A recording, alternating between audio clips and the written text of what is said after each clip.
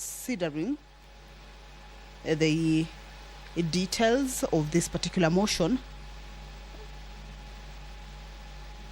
and give their opinions with regards to the proposal to have or to defer the Senate machinery until the fourth session.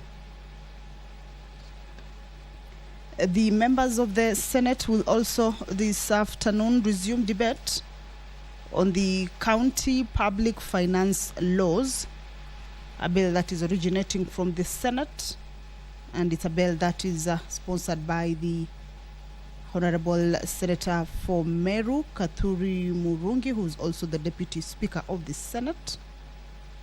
This particular debate was interrupted or had already kicked off on the floor of the House, and this afternoon it will be resuming after it was interrupted on Tuesday, 29th of October, the year 2024.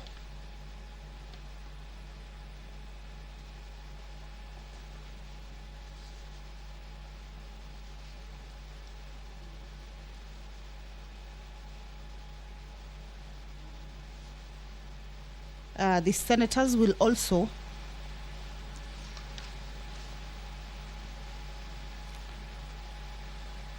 consider the report. This is a motion on the report of the mediation committee on the water amendment bill, a bill that is originating from the National Assembly. And this is a motion that will be moved by the chairperson, mediation committee.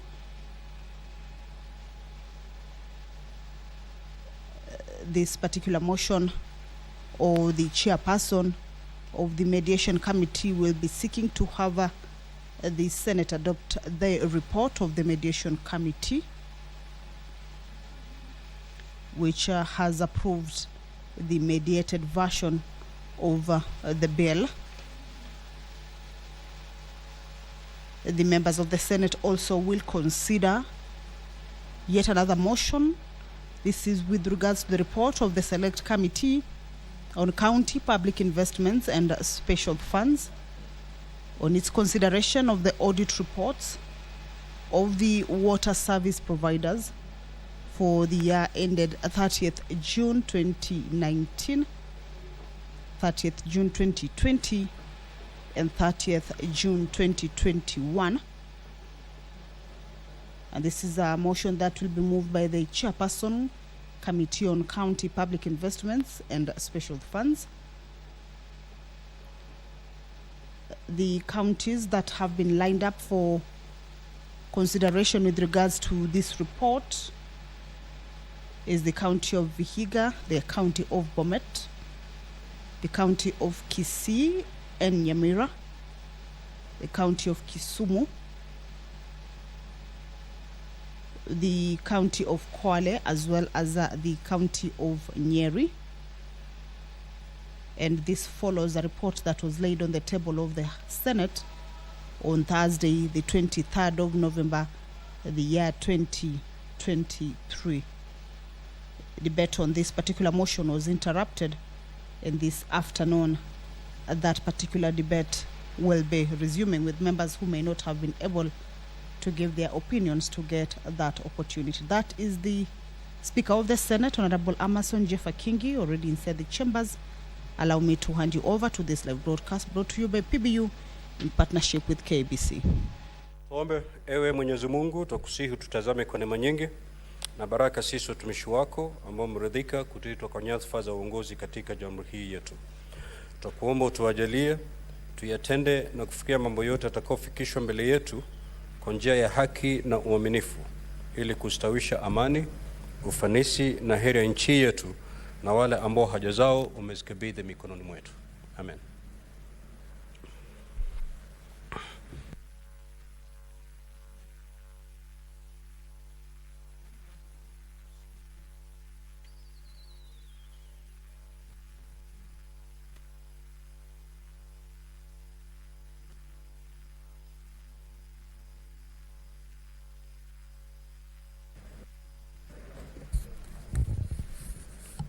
Clerk, do we have quorum? Sergeant at Arms, kindly ring the quorum bell for 10 minutes.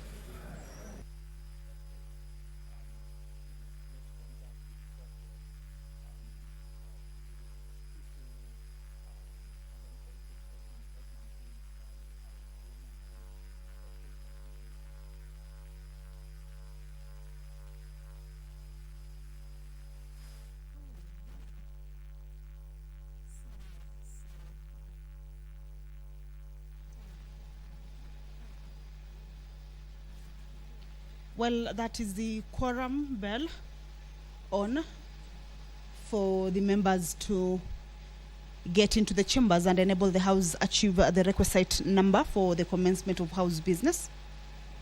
Allow. The afternoon business.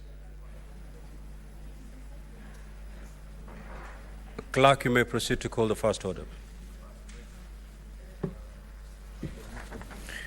Order number 1, administration of oath. Order number 2, communication from the chair.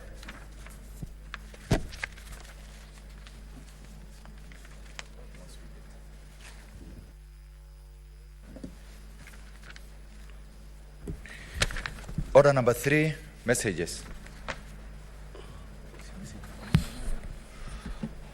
Honorable Senators, wish to report to the Senate that I have, pursuant to Standing Order 46.3, received the following message from the Speaker of the National Assembly regarding the decision of the National Assembly on the Senate amendments to the Food and Feed Safety Control Coordination Bill, National Assembly Bill number 21 of 2023.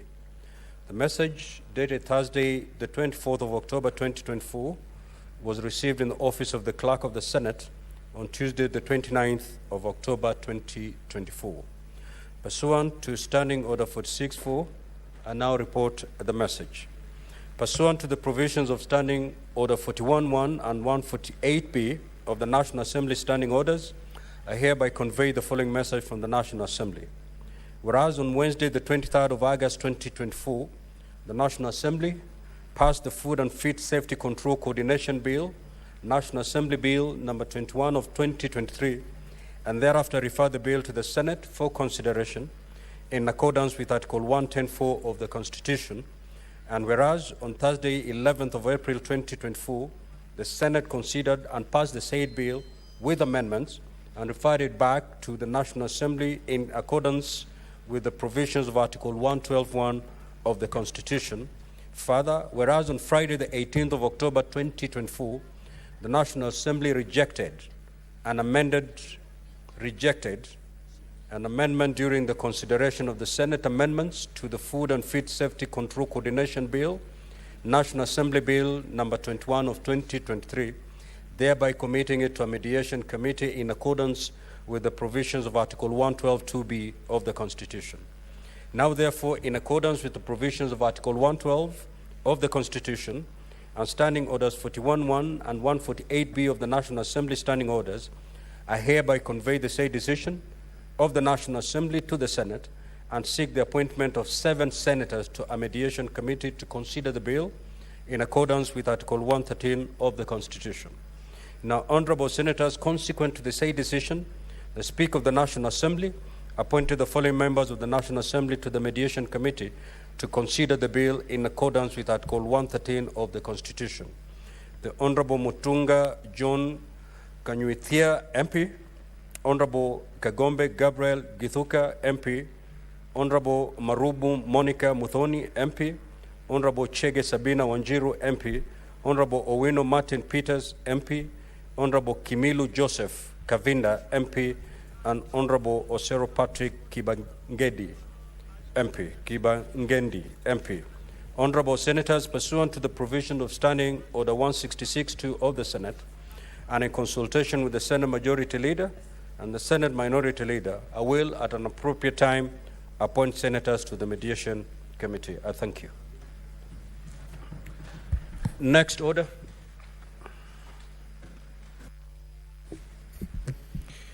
Order number 4, petitions. Order number 5, papers. The Vice Chairperson, Mediation Committee, to lay the paper.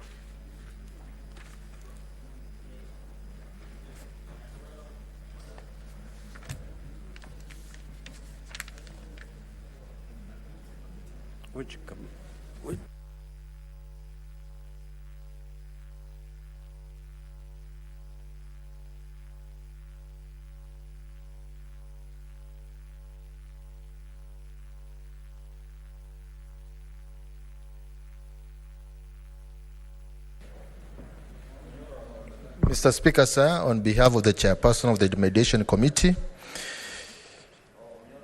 I beg to lay the following paper on the table of the Senate today, 30th October 2024, a report of the Mediation Committee on the National Rating Bill, National Assembly Bills number 55 of 2022. I thank you. Next order.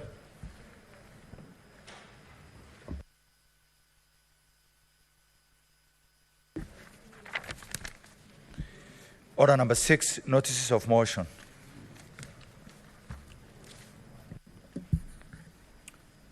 The Vice Chairperson Mediation Committee to give their notice.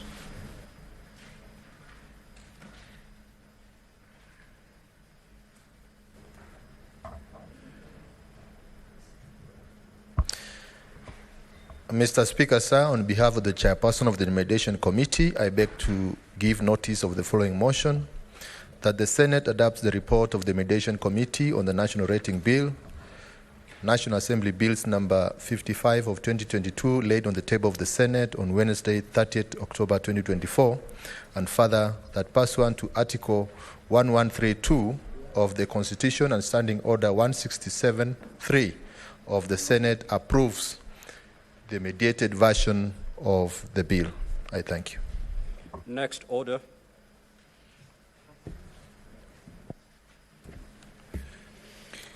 Order number 7, questions and statements. Senator for Meru County, the Honorable Kathuri Murungi.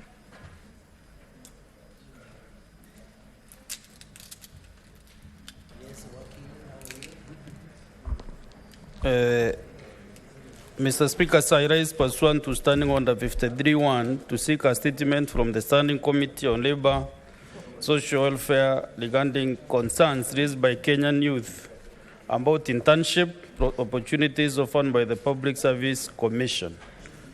In the statement, the committee should state steps taken to address the concerns of applicants for the Public Service Internship Program who have reported frustration with frequent technical issues and slow performance of the online application system, and outright measures implemented to ensure the system is user-friendly, efficient, transparent, and accurate.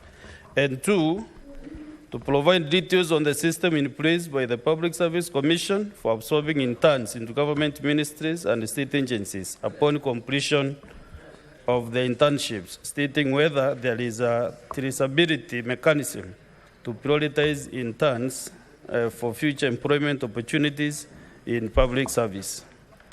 Number 3, explain the criteria used for the recruitment of interns and state whether past recruitment processes reflect the diversity of Kenya's communities in accordance with Articles 10 and 232 of the Constitution, providing a breakdown of the distribution of internship opportunities by county. And number 4, justify the exclusion of diploma and certificate holders from eligibility for internships in public service. I thank you, Mr. Speaker. Senator Kisang. Thank you, Honorable Speaker. Honorable Speaker, I rise pursuant to Standing Order 53.1 to seek a statement from the Standing Committee on Information, Communication and Technology regarding efforts to combat the proliferation of counterfeit funds and digital products in Kenya.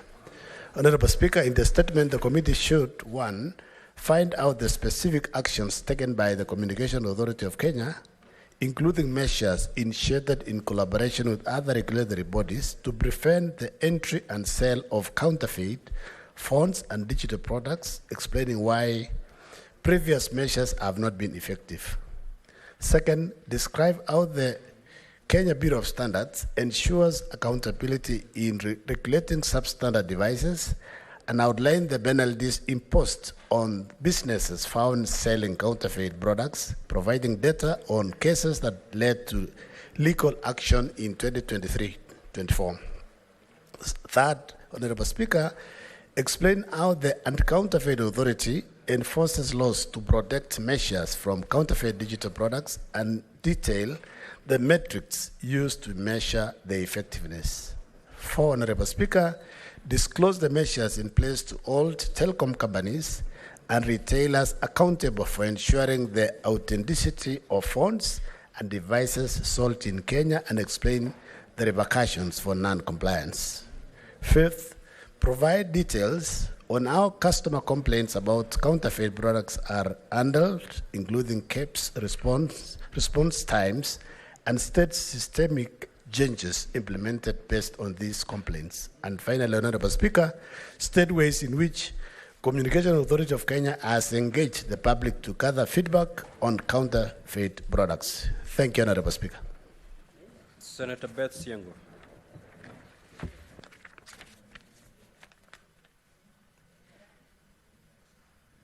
Thank you, Honorable Speaker, for accepting that request for a statement on behalf of Senator Beth Siengo, MP.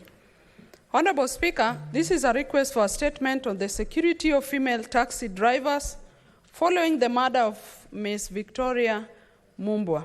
Mr. Speaker, sir, I rise pursuant to Standing Order 53-1 to seek a statement from the Standing Committee on National Security, Defense and Foreign Relations concerning the security and safety of female taxi drivers in Mombasa County, particularly following the tragic murder of Ms. Veronica Mumbwa, a Mombasa-based taxi driver whose body was found dumped in Mai Mahiu on 4th October 2024 after she went missing on Friday the 27th, 2024.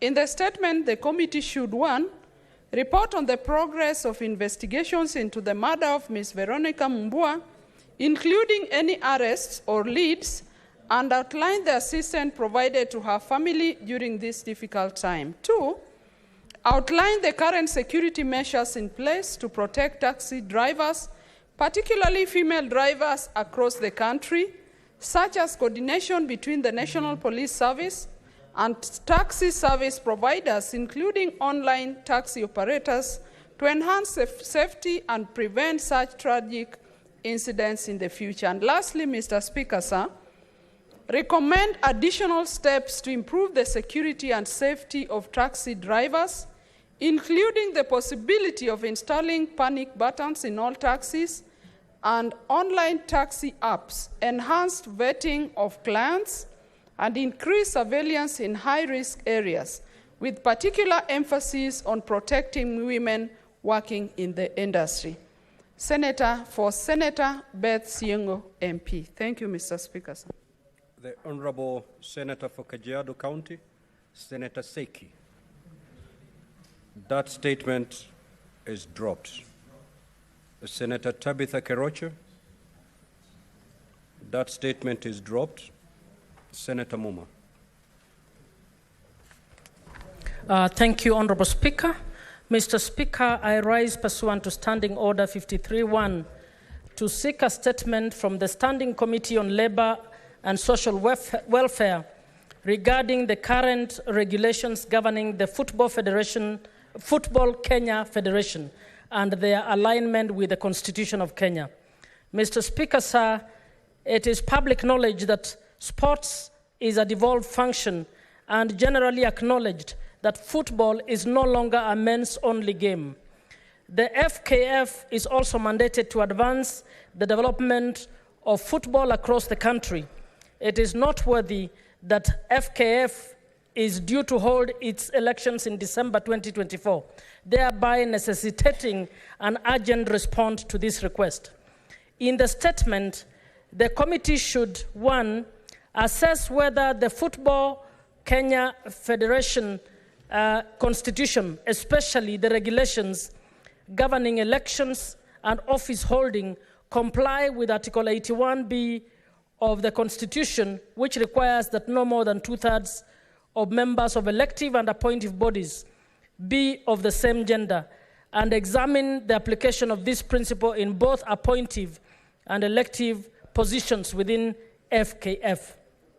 2, inquire into the extent to which FKF leverages devolved units in promoting football at the county levels and identify any barriers to their inclusion and determine what legal or administrative measures could be adopted to ensure full county level participation in future management and development of the sport from early stages. 3, examine the composition of the FKF Assembly, the National Executive Committee, and the Electoral Committee to verify whether they align with the requirements of Article 81B of the Constitution and whether FKF promotes gender equity in sports leadership and decision-making.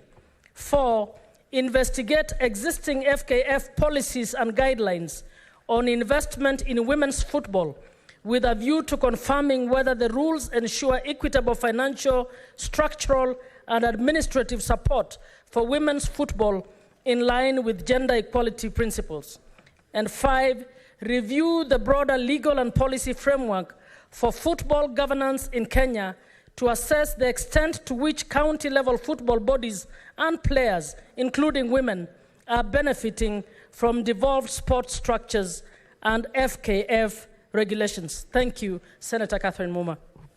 Senator Mohamed Chute.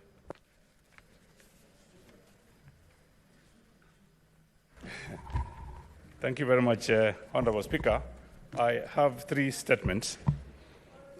Let me start with statement number 1. Request for a statement on importation of rice by Kenya National Trading Corporation, KNTC.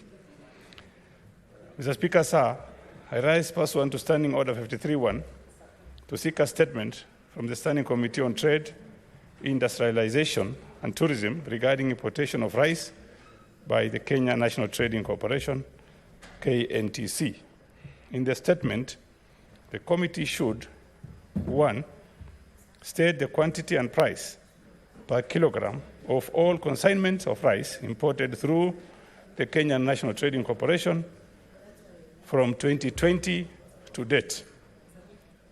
Number 2, clarify whether KNTC floated competitive tenders for the supply of rice during the aforementioned period, and if so, disclose the companies that applied for the tenders and their respective bid amounts. Question number 3, disclose the names of companies that were awarded the contracts for the supply of rice, indicating the respective quantities delivered by the companies so far vis-a-vis what they were contracted to deliver. Number 4, provide a breakdown of all payments made by KNTC to suppliers of rice so far, specifying the respective amounts received by the companies as well as the outstanding balances, and finally, specify timelines for settlement of all outstanding balance. Question number 2, statement number 2, Honorable Speaker, is on distribution of donated fertilizer by the National Cereals and Produce Board, NCPB.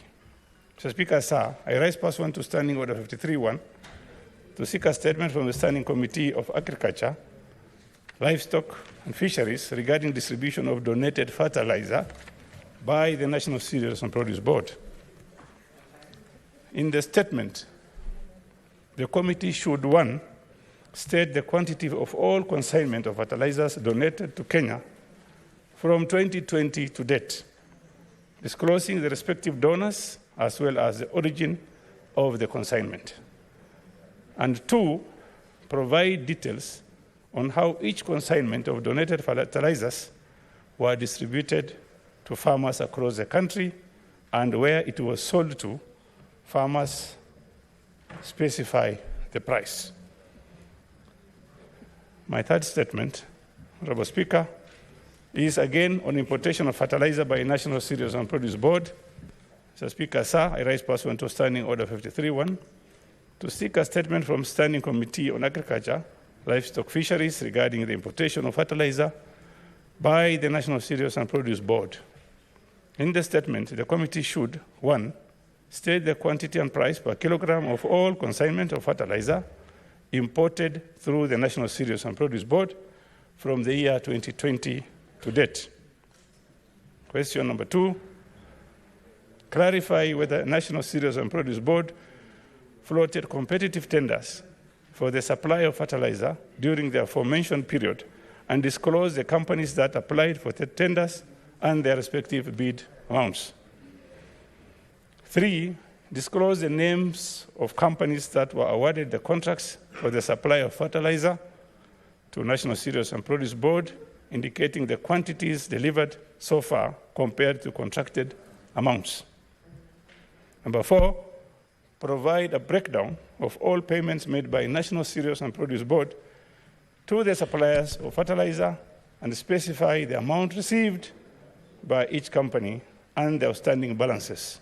And finally, Honorable Speaker, indicate timelines for the settlement of outstanding balances if there are any.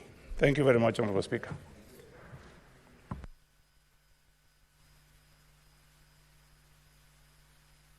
Now, Honorable Senators, I will allow comments on those statements for 15 minutes. Senator Cherangay.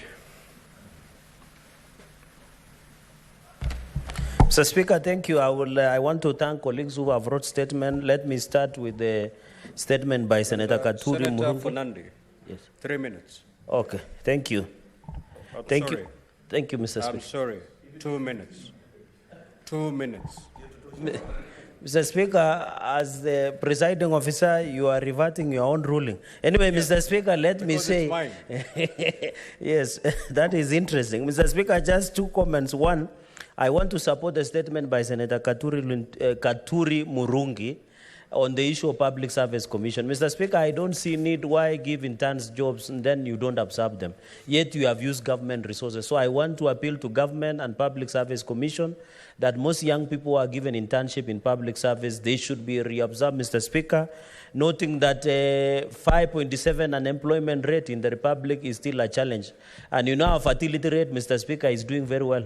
An average woman in this country gets almost 3.2 children to 4 children. So the fertility rate of this country is very critical, Mr. Speaker. Finally, on the issue of fertilizers, I want to support but agree that we need fertilizers in time, Mr. Speaker. Even us who are maize farmers, we did harvest maize and the price is not very good, Mr. Speaker. They are selling at 2,000 shillings. We want to still to appeal to government to ensure at least we get 4,000 to 5,000 shillings per 50 kg of maize so that my neighbors like Senator Otsosi Vihiga and Kakamega, where their main stable is Ugali, including Senator Sifuna, can have opportunity, Mr. Speaker, because Mr. Speaker, no, he eats ugali, I'm aware because I saw him over lunch. Mr. Speaker, so we need that pricing so that as we protect farmers, Mr. Speaker, we ensure that they have something to do. Finally, on elections of FKF, in conclusion, Mr. Speaker, I want to support women should be included, but call upon that people who run for elections in federation should be ex-sportsmen and women. These people of having busybodies to run for this election is very unfortunate. I support, Mr. Speaker. Senator Olekina. Mr. Speaker, quickly I'd like to comment on 2 statements. Let me begin with a statement by Senator Kisang on the issue of fake mobile equipment. It's imperative, Mr. Speaker, that when the committee is investigating on this issue, to be able to really have a comprehensive discussion with the Kenya Bureau of Standards, because we are trying to encourage companies to be able to produce locally. So if we have a lot of fake or substandard equipment, especially telecommunication equipment, which are being sold in the market, it hinders our effort as a country to be able to promote local manufacturing. They're also very dangerous because they don't really use all the standards and safety measures that are required for production of telecommunication equipment. They could be very dangerous to your health. They could just explode. So this is a very good statement, which I hope that it will be taken seriously by the Committee on ICT. Secondly, Mr. Speaker, I'd like to comment briefly on the issue of femicide. It is very sad that at this age, we are still targeting women. And I think the statement which was read on the killing of a taxi driver in Mombasa, we need to be able to stand firmly and to be able to revisit our regulations when it comes to the issue of safety in public vehicles, Mr. Speaker. Our local taxis ought to have cameras inside, because there's really nothing private that you do inside a taxi. It is just for transportation. And I think it's about time, Mr. Speaker, that we encourage the registration of taxi services. You know, before we used to have the Kenya Taxi Service, before we got all these other new apps that are coming up. So this issue, the only way that we can be able to get away from this belief that this issue of femicide is a systemic gender-based discrimination is for us to put up regulations and laws that protect everyone, regardless of who you are. I thank you, Mr. Speaker. Senator Tabitha Mutinda.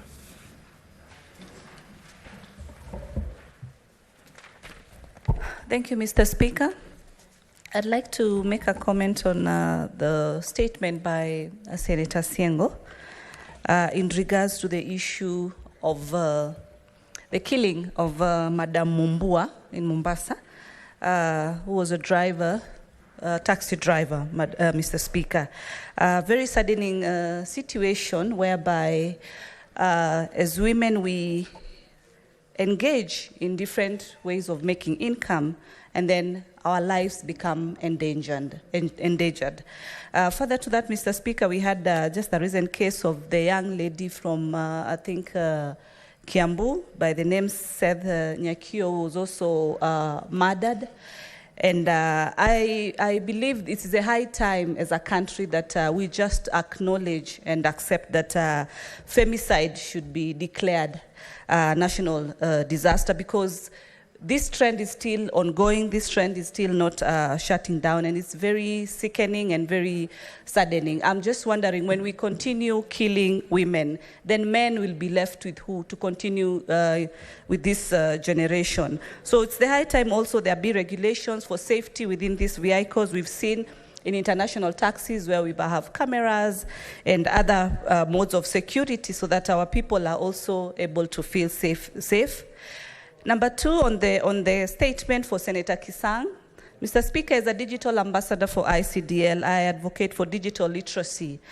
And I want to state that as we continue and acknowledging that at this time we are in a digital space, then if we do not ensure, if our institutions like KEBS, among others, do not ensure that the kind of products that are within our market are to the standards that are required in this country, then we will still be killing and moving backwards instead of, progressing, both from the market perspective, whereby we have standard products for our business people, and at the same time, the end users, who is us, having commodities that have the standard that is required, so that as we continue advocating for digital literacy, you find that also the gadgets that are in place, that are in use, are with the same standards that gives the quality output. Mr. Speaker, in accounting we say garbage in, garbage out. If we have substandard quality of machines, gadgets, the phones, then the output will not be as per what is expected. I've seen young people nowadays investing in good gadgets so that they can be able to do content creation, which is also giving them an income. So these phones, the standard of all these digital gadgets should be up to standard. And I would want KEBS also, as they give their report, to be able to bring to light how many...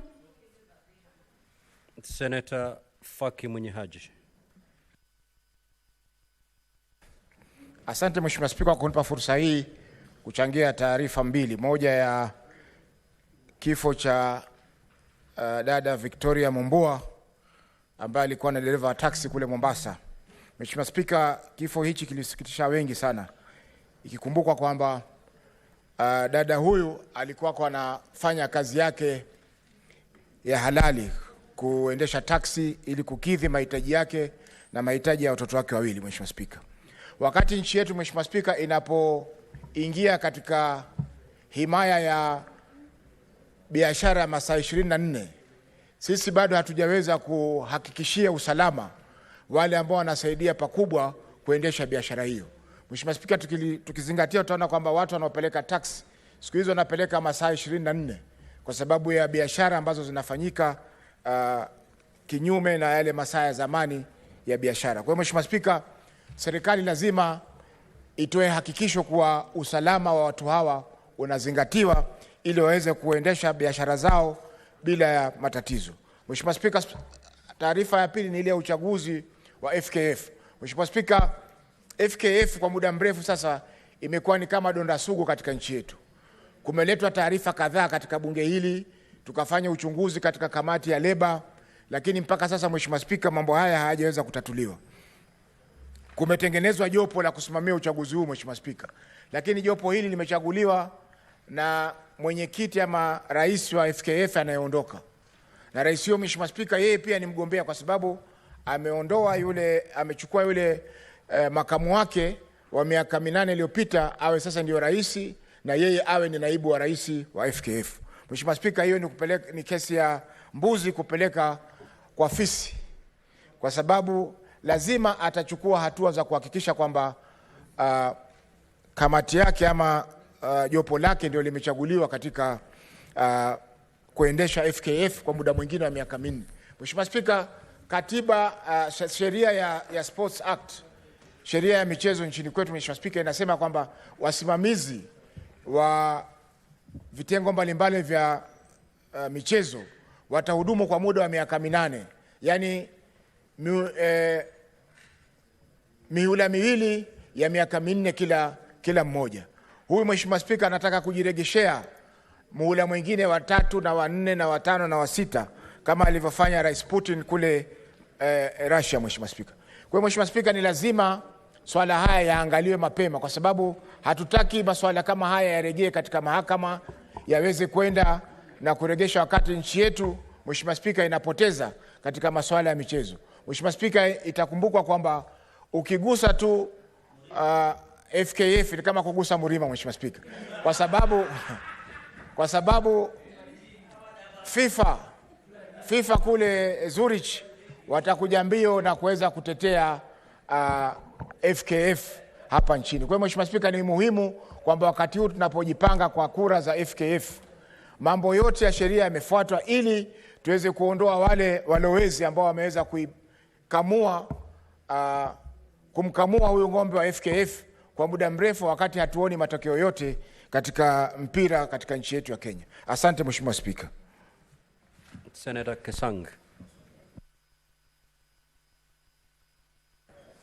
Thank you, Honorable Speaker. Honorable Speaker, I want to comment on the statement by Honorable Senator Jute on fertilizers. Honorable Speaker, as a farmer, Honorable Speaker, I want to know exactly how many tons of fertilizer were imported by National Cereals and Produce Board, which was my employer at those early 90s, Honorable Speaker. Honorable Speaker, we want fertilizer to be given out to farmers across the year, because there are farmers who grow potatoes, and the season for potatoes is throughout the year. We have coffee, we have tea, so that they don't import just during the maize season, Honorable Speaker. And I say about maize, I want to urge and ask the Minister of Agriculture, Honorable Speaker, and Cereals Board to open the depots, because already we have started harvesting farmers, and we request that they buy the maize at minimum 4,000, because the cost of production is over 3,000, Honorable Speaker.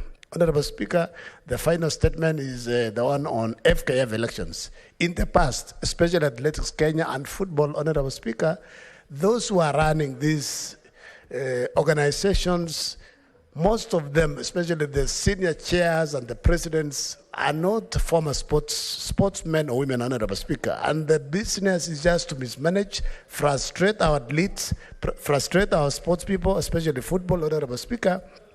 When the elections come in, we want to ask the footballers and also athletes to elect those who have the interest at heart, not those who want to continue with the corruption in those particular areas, Honorable Speaker. Honorable Speaker, I rest my case there and ask the CS Sports, who was my former senator, Honorable Speaker, that he ensures that these particular two organizations are streamlined. Thank you, Honorable Speaker. Senator Edwin Sifuna. Honorable Speaker, allow me to make a brief comment on the statement that has been sought by Senator Beth Siengo. Just a few days ago, Honorable Speaker, I accompanied the Member of Parliament for Kamkunji to the office of the Inspector General of Police, Douglas Kanja, and we were discussing the spate of murders across the country. I want to persuade my colleagues that this is a national security situation. It is not just something that can be defined along the lines of gender. Honorable Speaker, because in the past few days we have also seen victims of the male sex also being brutalized and killed in the most inhumane manner. I'm sure all of you have heard the story of Willis Ayeko, the HR manager of Wells Fargo. And there appears to be a problem in the country, Honorable Speaker. In the case of the Kamukunji 3, a mother, Waris Dawood, together with her daughter Amina and nephew Nuseiba, were all killed, Honorable Speaker, and their bodies dismembered and scattered across 4 points, 3 in Nairobi and 1 in Machakos. In fact, some of the body parts were being recovered from South Sea after the bodies had already been brought to Nairobi. And Honorable Speaker, when I went to City Mortuary together with Yusuf, the MP for Kamkunji, I can say without doubt that that is the most inhumane act that I have ever actually had to witness because of the extent of the mutilation of the bodies and the sort of torture that they must have underwent. There's a problem in this country. If a criminal can actually pluck you from the street and move around Nairobi with a dead body on board, more than one dead body, in fact, Honorable Speaker, throw a piece of you in Bahati, throw another one in Parklands, throw another one in South Sea, and throw another one in Machakos. There has to be a problem with the way our security system is organized. What happened to all the Nyumba Kumis we used to have? How come? I asked the Inspector General of Police, what happened to the command center that I saw the former president launching of all the CCTV coverage in Nairobi? How is it possible that people are encouraged to do such things? Where is this place in Senator Ososi's county that you can hide somebody for hours and torture them and cut them down piece by piece, Honorable Speaker? And nobody knows or hears anything, and even when the body is found, people are not arrested immediately. I am happy at least the IG of police assured me that in all these cases they have very serious leads, and true to his word, I can see that there have been arrests in some of those cases. I want to continue to encourage the police that it is their responsibility to protect Kenyans and their property, and these things cannot continue to happen in a country such as ours today. Honorable Speaker, I just take this opportunity once again to say pole to all the families that have been affected, but we cannot continue to live in a country like this. Nobody is safe. Remember, Honorable Speaker, even the MCA from Wajir, up to today has not been found, Honorable Speaker. So let us not sit here thinking that we are immune to these things. Anybody can be plucked from the streets. We are hearing, as I said yesterday, that blogger called Maverick Ouko, she has Aoko. She has not been found up to now, Honorable Speaker. What sort of country is this? This is why it was important, Honorable Speaker, when the matter of the motion that we passed here on the State of the Nation came up, that we get these security agencies to respond to the motion that was passed by this House so that they can assure all our residents and all of us in this country that we are actually safe. I thank you, Honorable Speaker. Senator Gloria Oroba. Mr. Speaker, I rise to add my comment on Senator Beth Siengo's statement, Mr. Speaker. And Mr. Speaker, allow us as women to talk about femicide. Because, Mr. Speaker, femicide is a thing. It is a taxi driver here who is a female. It has been intimate partner violence who are women. All those Airbnb stories, women. Kwaredam, women. So we are not going to ignore it anymore. It is women. Women are being killed. Yes, we are saying there are 1 or 2 men, exceptions, but femicide, Mr. Speaker, is a thing. And you know, we can't keep ignoring women. This is why we don't have a minister of gender. Because anytime we try to put our heads up and say women tunakaliwa, we are being sat on. Someone stands and says it's not an issue of women. It's an issue of women. Tell me how many women have died in the last 6 months. And then you tell me how many men have been kidnapped and killed in the last 6 months. We are here to represent women, Mr. Speaker. And what we want is that femicide be recognized as a national disaster. Because we already have murder being dealt with. But femicide, where women are being targeted, specifically women, Mr. Speaker, that is the problem. We have called on a special program under the Ministry of Interior. But Mr. Speaker, it's like when we speak about women things, people want to stand and say it's not about women, sit down. It's about women, Mr. Speaker. Women are being killed. Mr. President, we are tired. Just do something, give us a gender minister, give us a special program under Ministry of Interior, and our women need to be protected. That is the story here. Senator Osotsi. Mr. Speaker, let me make my comment on the statement on internship under the Public Service Commission. I think, Mr. Speaker, this statement is timely because this program of internship is one of the most creative agenda that we have seen from our government, where young people who have graduated from universities are able to take internship opportunities in government, and they are able to learn on job. But the only challenge is that after 2 years, they have nowhere else to go. They are not been able to be absorbed in the same public service. And this is really a waste of time, waste of resources. And I think it's important that we have a policy where these young people will be absorbed in public service on permanent and pensionable terms. Mr. Speaker, let me also comment on the statement by Senator Muma on the Football Kenya Federation. Mr. Speaker, this statement is timely because, as you are aware, we are going to have elections for FKF, but even as we are preparing for election, this election is already rigged because the current office is the one that has appointed the people who are going to conduct this election, the Electoral Commission. And if that is the case, then you expect the results, as Senator Fakia said, to be in favor of the current regime, which has basically failed Kenyans in terms of promotion of football in this country. And Mr. Speaker, as some of the colleagues have said, we need competent people to manage our football. The problem we have in this country is that we have cartels which have now gotten into our sports industry. They are in football, they are in rugby, they are in athletics, they are all over. I think this country has a potential to do well in sports, particularly football. Kenya can become a great footballing nation in this continent. But because we have allowed cartels to thrive in our football, people who have no understanding of football, people who have never played football, are now in charge of our football, Mr. Speaker. Mr. Speaker, in the past, football was doing very well in this country because we only knew of 2 regions which were producing footballers. Senator Richard Onyonka. Thank you, Mr. Speaker, for giving me the opportunity to also contribute briefly on 3 very critical issues that I hold dearly. Mr. Speaker, I first start with Honorable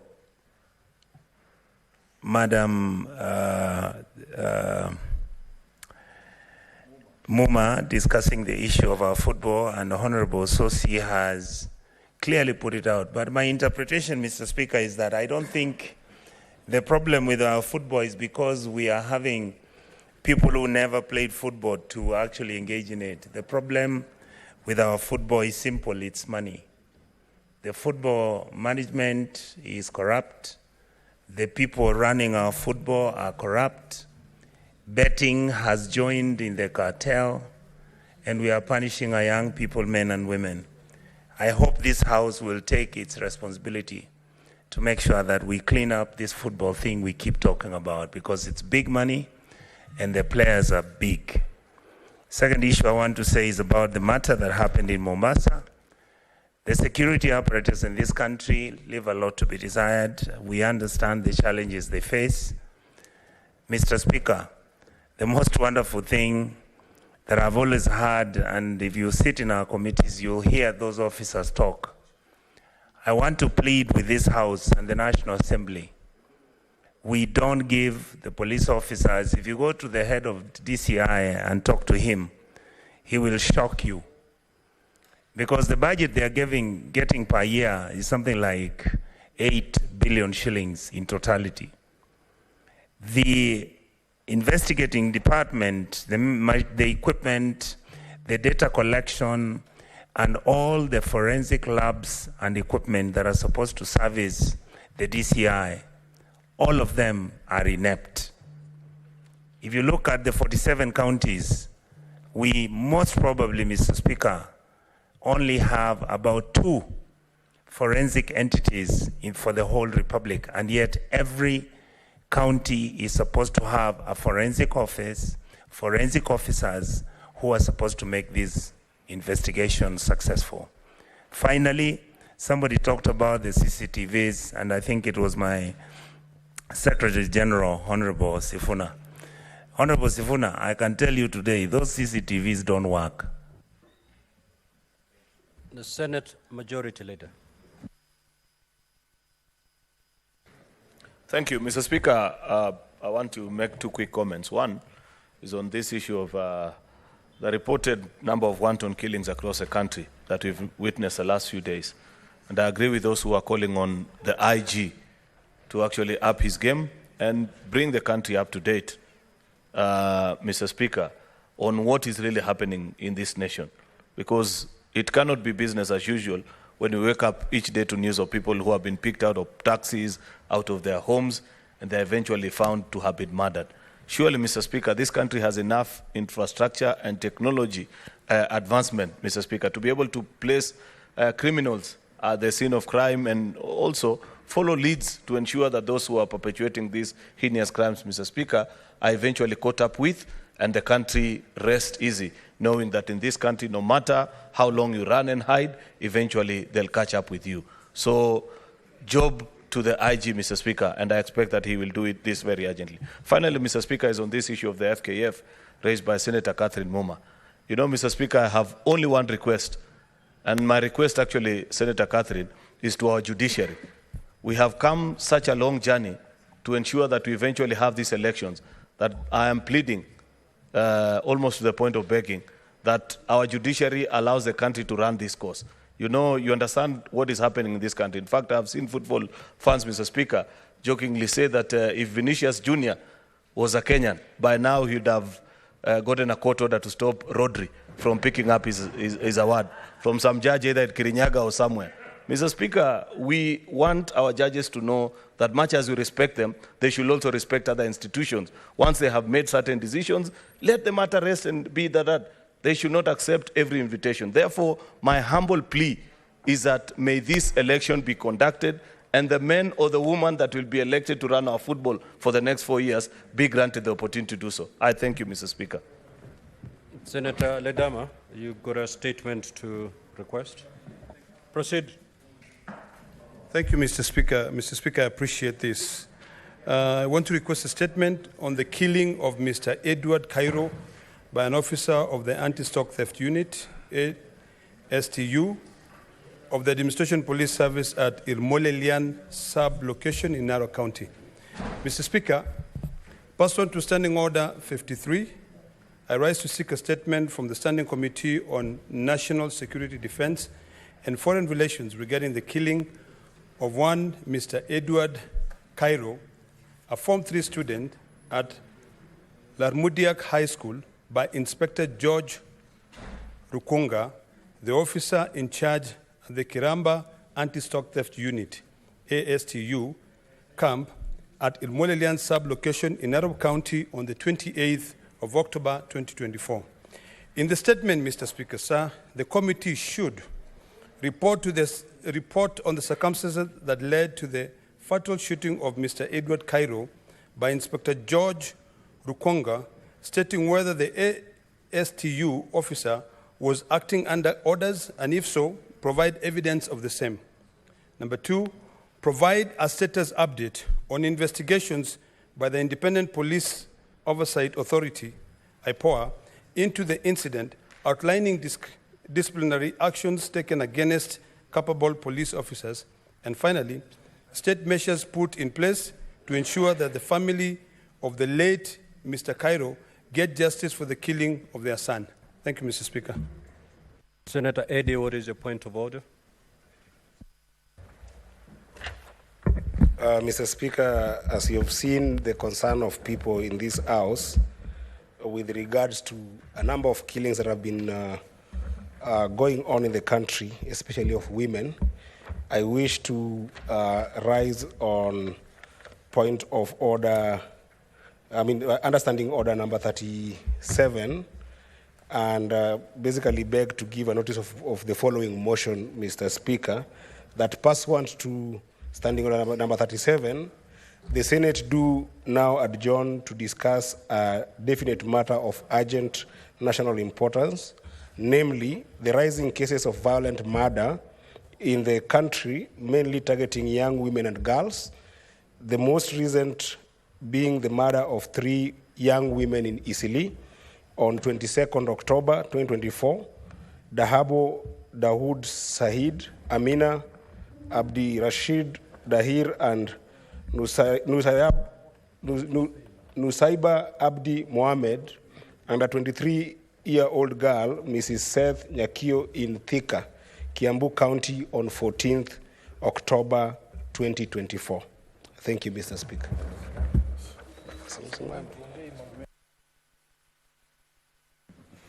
Now, honorable senators, I do ascertain the requisite threshold has been met, and therefore the House will adjourn at 5:30 to discuss this motion. Now, before I call the next order, allow me to make the following communication. Now, honorable senators, I would like to acknowledge the presence in the Speaker's Gallery this afternoon, students from Starehe Boys Center and Kianda School, who are undertaking a 2-week voluntary service scheme in the Senate. Honorable senators, in our usual tradition of receiving and welcoming visitors to Parliament, I extend a warm welcome to them, and on behalf of the Senate, on my own behalf, wish them a fruitful visit. I will allow the minority leader and the majority leader, both speaking under 1 minute, to extend words of welcome. Minority leader.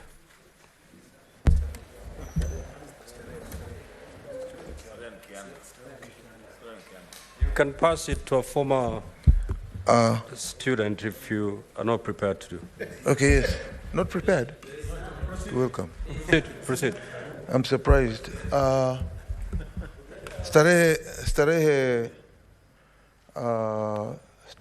and Kianda, being schools in Nairobi, I would want to welcome them, but I believe we have the distinguished senator from Nairobi, my brother, Senator Sifuna, and I would like to give this opportunity to Sifuna to do the welcoming remarks. Thank you.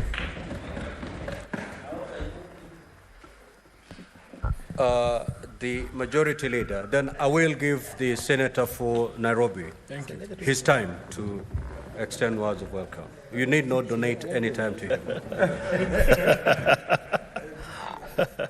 Mr. Speaker, on behalf of my colleagues in this House, I join you in welcoming these students from Starehe and Kianda School to the Senate, who are on, I believe, a study tour. They have found us in the midst of business today discussing statements. Should they hang around a little bit longer, Mr. Speaker, they'll see us transact other business, either business at the Committee of the Whole or even dispensing off with a motion that is down the order paper. Mr. Speaker, I wish them well in their studies. I celebrate these are great institutions that have produced Kenyans of great distinction who continue to serve this country and even beyond its boundaries. So I welcome them, and I thank you, Mr. Speaker. Senator for Nairobi. Thank you, Speaker. I wish to confirm that these two top schools in Nairobi, I think, the first schools to be welcomed to this chamber by 3 senators in a row. And it is in recognition of their outstanding performance. Of course, Kianda and Stare don't need introduction to anybody in this country.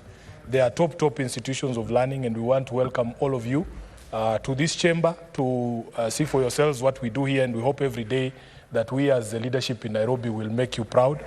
The majority leader was saying that it was right for you to deny me the opportunity to welcome them because I went to some school in the bush. But Honorable Speaker, yeah, I am also testament that for as long as you work hard, it doesn't matter your circumstances.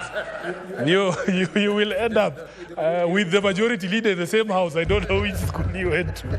So I want to take this opportunity to welcome those students from Kianda and Stare. And now that the 3 of us were given an opportunity to welcome you, you will also have opportunity to meet all the 3 of us outside there.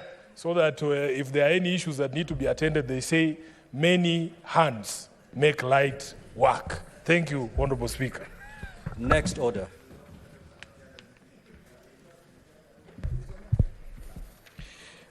Order number 8, motion. Senate sittings in Busia County. The Senate Majority Leader.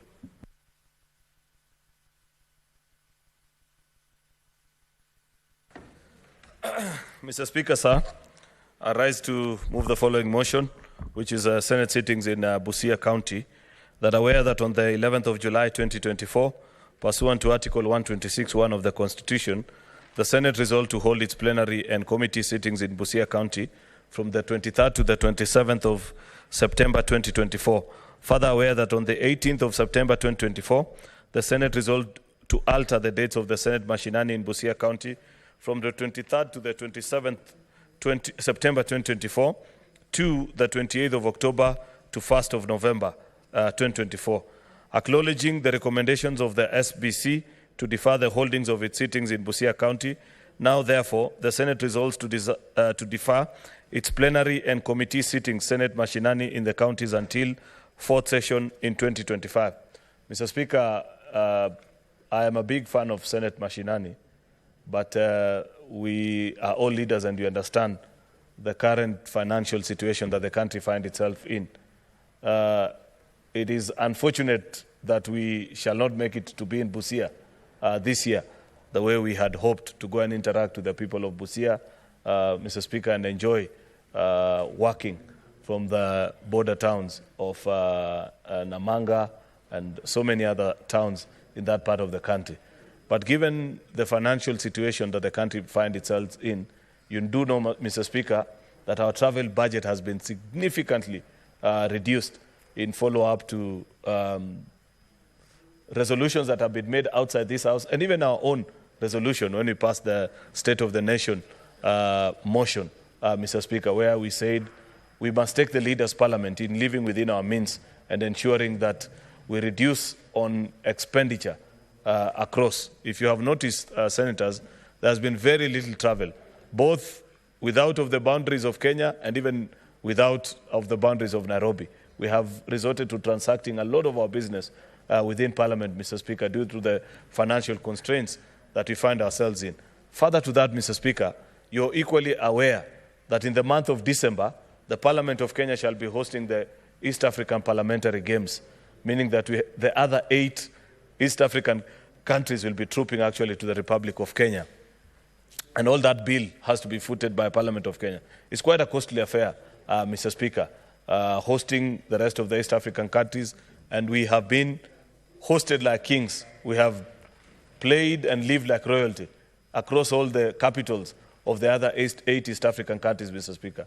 Those of us that participate in these games over the years, we know how kind the rest of the parliaments of East Africa have been to us and ensure that we have been comfortable during our stay in their countries. It will be completely gross and wrong for us, Mr. Speaker, if we give them anything less, especially knowing that Kenya is a superpower of the region. And that affair, Mr. Speaker, will leave a significant dent on our budget as Parliament. This will not be funded actually from anywhere else other than from within our own resources as a Parliament of Kenya. Therefore, Mr. Speaker, comparing the many demands that this Parliament has, we have requested at SBC that we defer the sitting of Busia to a further date when things get better and we have opportunity. I want to give a personal commitment to the people of Busia. I saw their senator here. I think he has stepped out. That when we resume this program, we shall begin in Busia.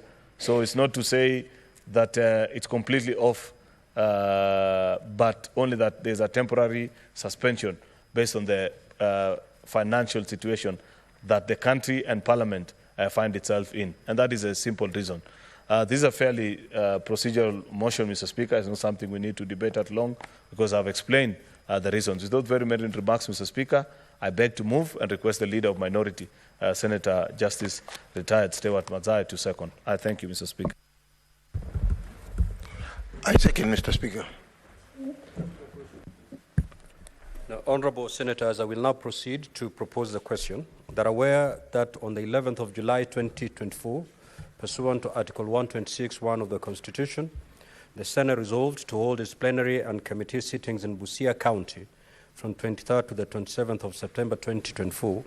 Further aware that on the 18th of September 2024, the Senate resolved to alter the dates for the Senate Mashinani in Busia County from 23rd to 27th September 2024 to the 28th of October to 1st of November 2024. Acknowledging the recommendation of the Senate Business Committee to defer the holding of the sittings in Busia County, now therefore the Senate resolves to defer its plenary and committee sittings Senate Mashinani in the counties until the fourth session in 2025. Now, Honourable Senators, I believe the Majority Leader has explained in detail the reason why this motion is actually before plenary. And I don't see why you want to go into debate. However, the floor is open. Very well. Thank you. I will now proceed to put the question. That aware that on the 11th of July 2024, pursuant to Article 126(1) of the Constitution, the Senate resolved to hold its plenary committee sittings in Busia County from 23rd to the 27th of September 2024.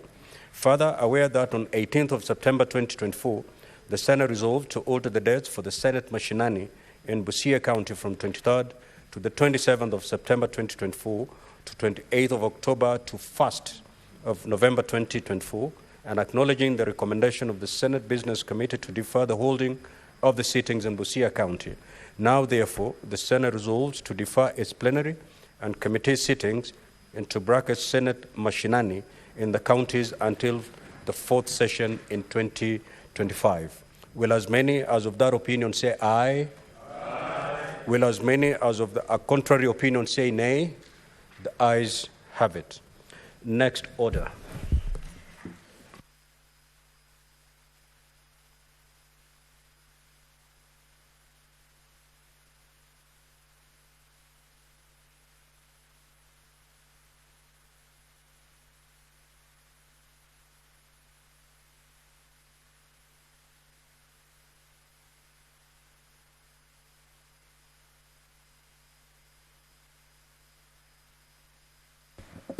So, Honourable Senators, for the convenience of the House, pursuant to Standing Order 45-2, I will move to rearrange the sequence of today's order paper. We'll move to order number 10. After we are done with order number 10, we will move to order number 37, and thereafter resume normal flow of today's order paper. Clerk, proceed to call that order.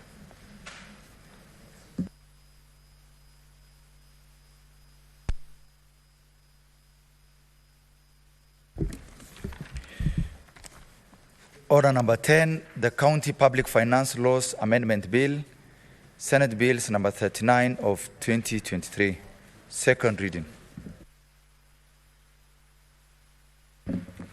Senator Eddie Okech.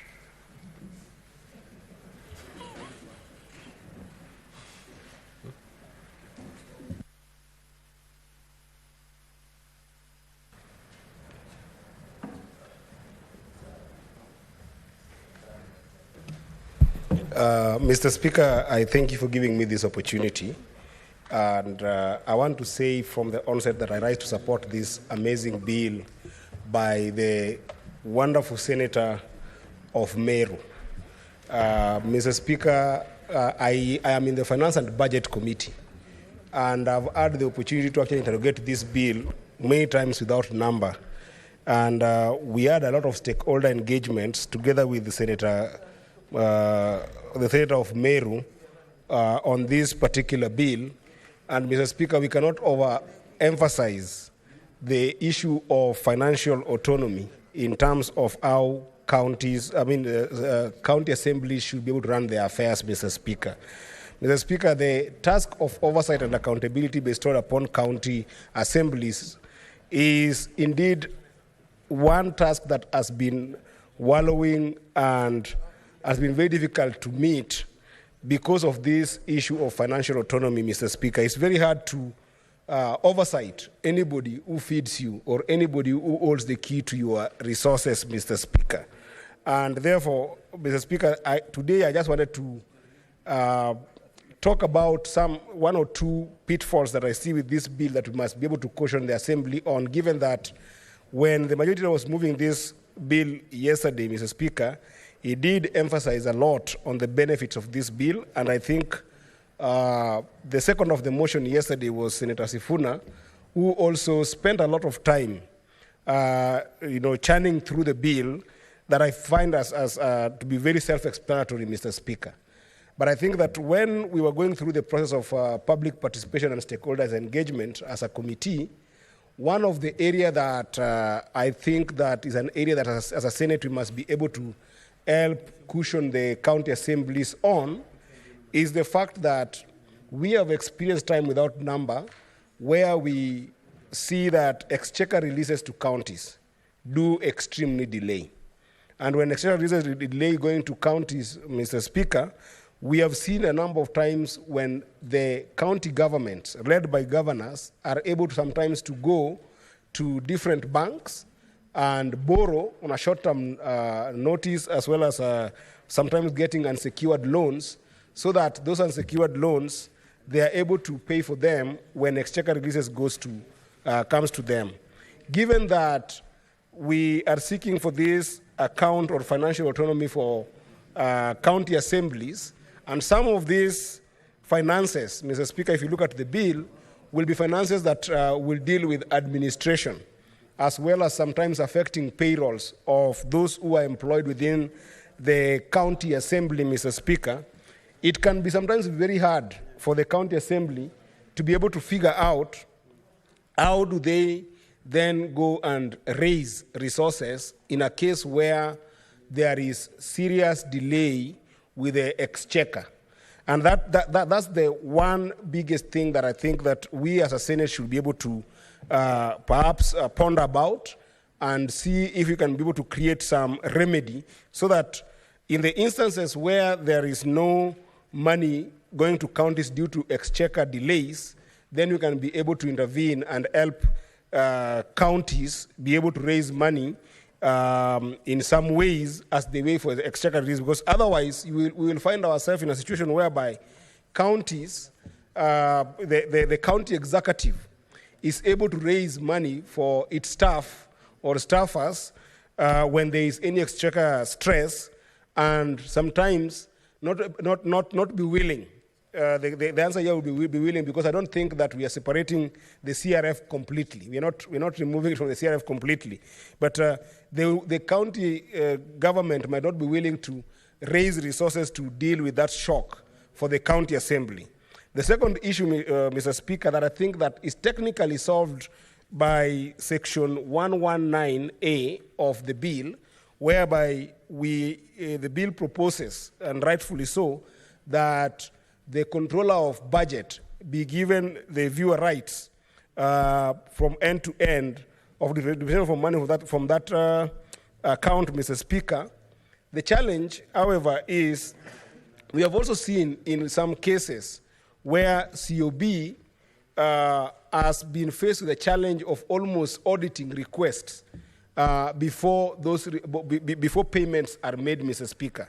This is another area that I think that as we discuss this particular bill, we must be able to look at making sure that the release of money, or rather the authorization of withdrawals from that account, Mr. Speaker, by the COB cannot delay the county assemblies. But otherwise, other than that, I think that the points that the majority talked about yesterday and the points that Senator Sifuna, the Senator of Nairobi, talked about yesterday on the merit of this bill with regards to giving financial autonomy to county assembly and making them more effective in terms of doing their job of accountability and oversight is indeed a wonderful bill, and I want to take this opportunity to personally pass my sincere gratitude for the wisdom and grit that the Senator of Meru and the Deputy Speaker of this House came up with to come up with this bill. I believe that this bill will enable counties to start to experience serious oversight and accountability by MCAs when their autonomy on financial matters and financial management finally comes to law, Mr. Speaker. And therefore, I seek to support and hope that those two pitfalls that I've just tried to capture, even as we'll be going to division, the honorable senators will look at some of ways of being able to introduce remedies to those two pitfalls that might affect this particular autonomy. I thank you, Mr. Speaker. Senator Kathuri Murungi. Thank you, Honorable Speaker, also for this opportunity to contribute to this important bill. Mr. Speaker, on the onset, what the bill is proposing to do is to give county assemblies autonomy, as has been stated by my colleagues. And this is by amending the county public finance laws bill so that we can have county assemblies access their money directly from Treasury, Mr. Speaker. Mr. Speaker, we are trying to create what we are calling County Assembly Fund. County Assembly Fund in every county assembly. And then the clerk, who is an administrator, or the administrator of the county assemblies, or the account holders will be able to become the administrators of this fund, Mr. Speaker.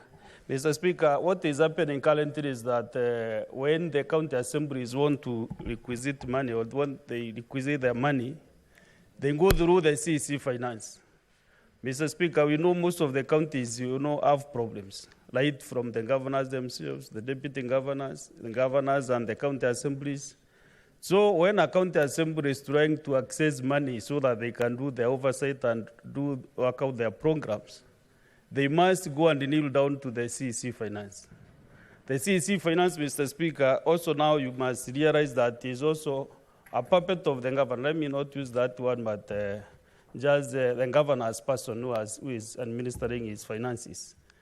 So if that county assembly has issues with the governor, you must realize that that money will never be released. They will be starved of resources, and Mr. Speaker, it can be very, very diminishing to the county assemblies. And therefore, all these county assemblies sat down and they feel the only savior is the Senate. And it is the Senate that can be able to amend this law so that they can be able to get their financial autonomy, Mr. Speaker. The County Assembly Forum and other organizations in the assemblies came to me and they requested we really need to support them so that they can be able, Mr. Speaker, to access their money directly. And through this process, Mr. Speaker, I really want to thank the Committee on Finance and Budget, and then by my friend, Senator Ali Roba, because we really worked with them day and night. We even made the stakeholders forum some months ago, and very many stakeholders appeared before the Finance and Budget Committee. We deliberated on these pros and cons for almost 1 day, from morning to evening. And some of the stakeholders who attended the stakeholders forum, including the Office of the Control of Budget, the National Treasury, the Economic Planning, Council of Governors, Commission of Revenue Allocation, County Assemblies Forum, and the Institute of Certified Public Accountants. All these stakeholders and varied submissions. But at the end of the day, Mr. Speaker, sir, it was really necessary it was agreed that it is very necessary to have this amendment bill go through. Mr. Speaker, some of the county assemblies, unfortunately, which has a very high own source revenue, like for example, Nairobi, Mombasa, they had a different view, and even Narok. Because when there is delay of submission, delay of release of money by Treasury, they go to the governors and then they borrow from their own source revenue, and then they are able to function. So they felt that if this money is taken to the Treasury directly, then at some point they will not have that advantage to request for favors from still the governors through their own source revenue account. So, Mr. Speaker, during these deliberations, but at least, because we have 47 counties, I told them you cannot have your cake and eat your cake and have it, Mr. Speaker, because they must really agree what they want as county assemblies. So Mr. Speaker, the autonomy of county assemblies is very, very critical, Honorable Speaker. And if I quote Article 185.3 of the Constitution, which provides that the county assembly, while respecting the principle of the separation of powers, may exercise oversight over the county executive and any other executive organs. Mr. Speaker, I've interacted with the many county assemblies, and most of the time, they are not able even to do the oversight work because, number one, they need resources to move around the county. Most of the time, there is no money in the county assemblies. So when they try to do requisition for their money to run around, they are not able to do that, Mr. Speaker. And even the Senate, the National Assembly, cannot be able to perform if we rely on the executive, to give us money to do our oversight role or to learn the administration of the Senate. So, Mr. Speaker, I want to treat the county assemblies, the 47 county assemblies, the way the national government treats parliament in both houses. Because once the budget is done, the money is given to the parliament. Then parliament sits down to allocate money through PSC, Parliamentary Service Commission, money for the National Assembly and money for the Senate. So it is us who decide what to do when. It's only that sometimes the exchequer releases delays, but Mr. Speaker, we have that autonomy. We have that power to decide on what to do with our programs. So, Mr. Speaker, most of the assemblies also told me that they have a lot of manipulation and intimidations after they are starved of funds, Mr. Speaker. And so, if this money is given to them, if we give them money, and then also, Mr. Speaker, another challenging matter that we have in the counties is also now the exchequer release. And it is only the Senate that can be able to help the county governments.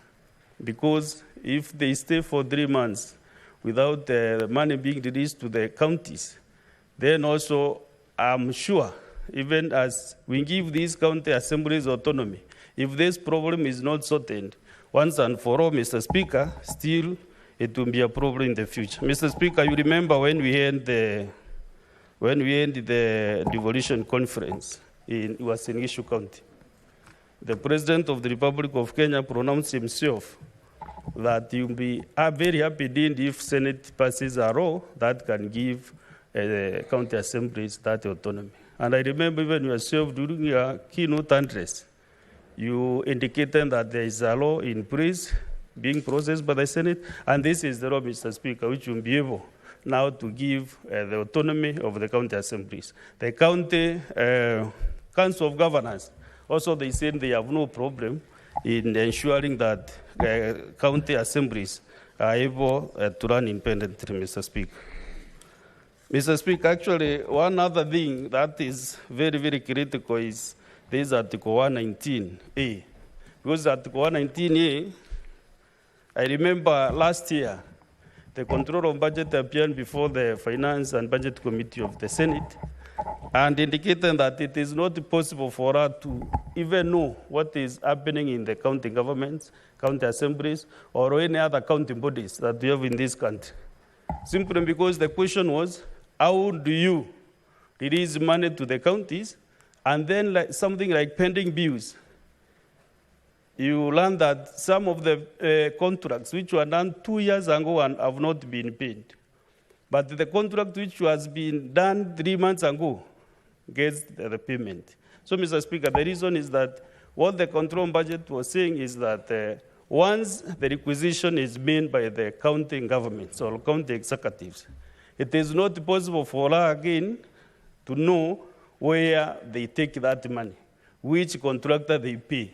So our recommendation was that Shundila would like to have viewer rights, just to have a view, just to click on the computer and see what is happening in Meru County, for example. You have done requisition for agriculture, for department, for other departments, but how did you spend that money? Did you take that money to the specific vote lines? So, Mr. Speaker, this is a good thing that we are giving the control on budget, and I think once this law is enacted by the Senate, we will be able to relieve a lot of pressure from our people who do not get their pending bills. I remember when Senator for Narok County came up with a motion here.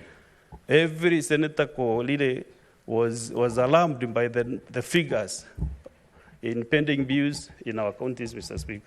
And I want to thank him because he's accurate to every member to see how the status of every county. So, Mr. Speaker, what we are doing here, especially this bill, is very, very critical.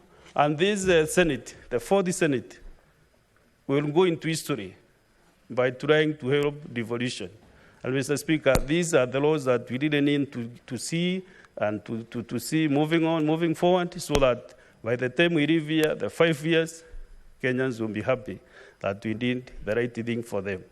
Actually, in the offering also is to see how even the county deputy governors are able to be managed through law, so that also, Mr. Speaker, we can minimize the tension between the governors and the deputy governors. So in the process, there is still another law registration that is in the offing, so that, Mr. Speaker, we can be able to help our counties so that they can perform well. Mr. Speaker, because we have so many other senators who are interested to make their comment, so I want to stop there. But, Mr. Speaker, I really want to thank you and the Office of the Clerk for the support that you give this process. And moving forward, senators, let us support this BB so that we can at least give our assemblies that autonomy that they desperately need. Thank you, Honorable Speaker.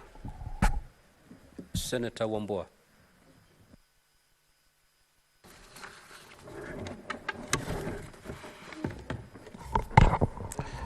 Mr. Speaker, I want to thank you for this opportunity to also contribute to this bill. And from the onset, Mr. Speaker, I must thank the promoter of the bill for the good job and the good thought that he has brought this bill before us for debate, Mr. Speaker, and most importantly for the consultations that he has had with the different stakeholders, Mr. Speaker, especially in the county assemblies across the country. Mr. Speaker, I would want to begin by saying that devolution is perhaps one of the best things that has happened in our country within the context of the 2010 Constitution. The most unfortunate thing, Mr. Speaker, is that devolution seems to have somehow gotten stuck at county headquarters, and especially in the executive arms of the county governments. Speaker, I want to remind myself and my colleagues that Article 176 of the Constitution creates county governments with two arms, the executive and the assemblies. And the Speaker, none of these arms is superior to the other. They should work interdependently, Mr. Speaker, to deliver services to the residents of the counties in which they are established. The financial autonomy, Mr. Speaker, of county assemblies, the benefits thereof cannot be gainsaid. If we were able, Mr. Speaker, to achieve the financial autonomy of county assemblies, then what we'll be doing as a Senate is that we'll be beginning to scratch the surface to ensure now devolution moves beyond the county headquarters towards the wards as centers of development. The Speaker, it is not a good thing that as things obtained today, the county assemblies will have to approach the CECMs for finance in the executive arm of government for them to be able to access finances to do anything and everything. It is a good thing, Mr. Speaker, that we have this County Public Finance Laws Amendment Bill 2023, which seeks, Mr. Speaker, to amend the County Assembly Services Act and the Public Finance Management Act to ensure the autonomy of county assemblies. Mr. Speaker, I want to mention just 2 or 3 things in the bill. One is the establishment of the County Assembly Fund as captured in Clause 109A. Mr. Speaker, the establishment of this fund is critical to ensuring that then, as county executives are accountable to the National Exchequer, especially for the releases and the control of budget, then the assemblies will also equally be accountable through the clerk of the assemblies for the expenditure and the utilization of their own budgets. Mr. Speaker, it shall be remembered that when the IFMIS, the Integrated Financial Management System, was being rolled out immediately after devolution, there was a conversation that had been started, and that conversation seems to have stalled. There was a conversation around the establishment of counties' integrated financial management system. So, Mr. Speaker, we have a parallel, almost independent system of accountability for county assemblies, fully taking cognizance of the fact of our structure of government as a system of devolution. So, Speaker, perhaps that conversation needs to be revived. So, Mr. Speaker, we have a county's integrated financial management system to ensure that counties are accountable in the expenditure of their own finances. The Speaker, I like the provisions of Clause 109B on the utilization of the fund, and it says in black and white that the fund shall be used to defray administrative expenses of the county assemblies, acquisition and proper maintenance of buildings, grounds, and other assets of the county assembly, and administrative expenses as may be incurred by the fund under this act. So, Mr. Speaker, that is expressly provided for. That, Mr. Speaker, the clerk of the assembly, who is designated as the accounting officer for the fund, then will have to directly answer or work closely with the controller of budget for the management of their own accounts, their own funds. The Speaker, I think, as I said when I began, if we are able to achieve this, a situation that then the assemblies will not have to rely on the executives for anything, then devolution will have made a big leap going forward. The Speaker, with those many remarks, I support the bill. Senator Samson Chalagi.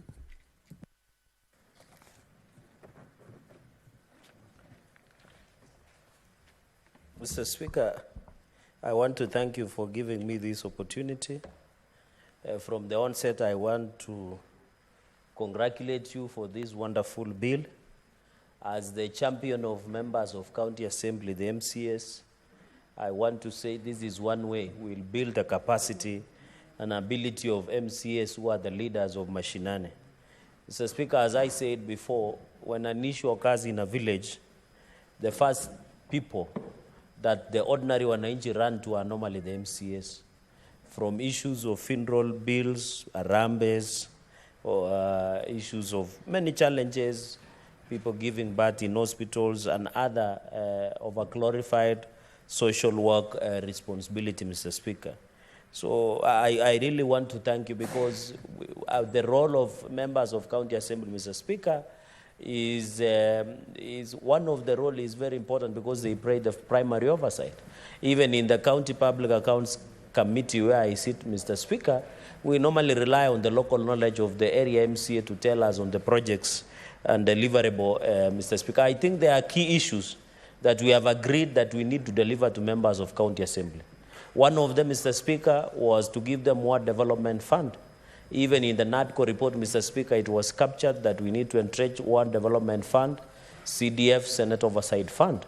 That one we are yet to achieve. Number two, Mr. Speaker, was to look into their welfare because most of the MCAs in the SRC secular, Mr. Speaker, they didn't consider MCAs in terms of ensuring that they have capacity, ability in terms of their welfare, from how they run their offices, including ward offices, including mileage allowances, Mr. Speaker, sitting allowances and plenary allowances, committee allowances, and even basic salary, Mr. Speaker, that they need to be rationalized by SRC. I'm happy that the SRC is being reconstituted and we have a new chairperson of SRC, Salaries and Remuneration Commission.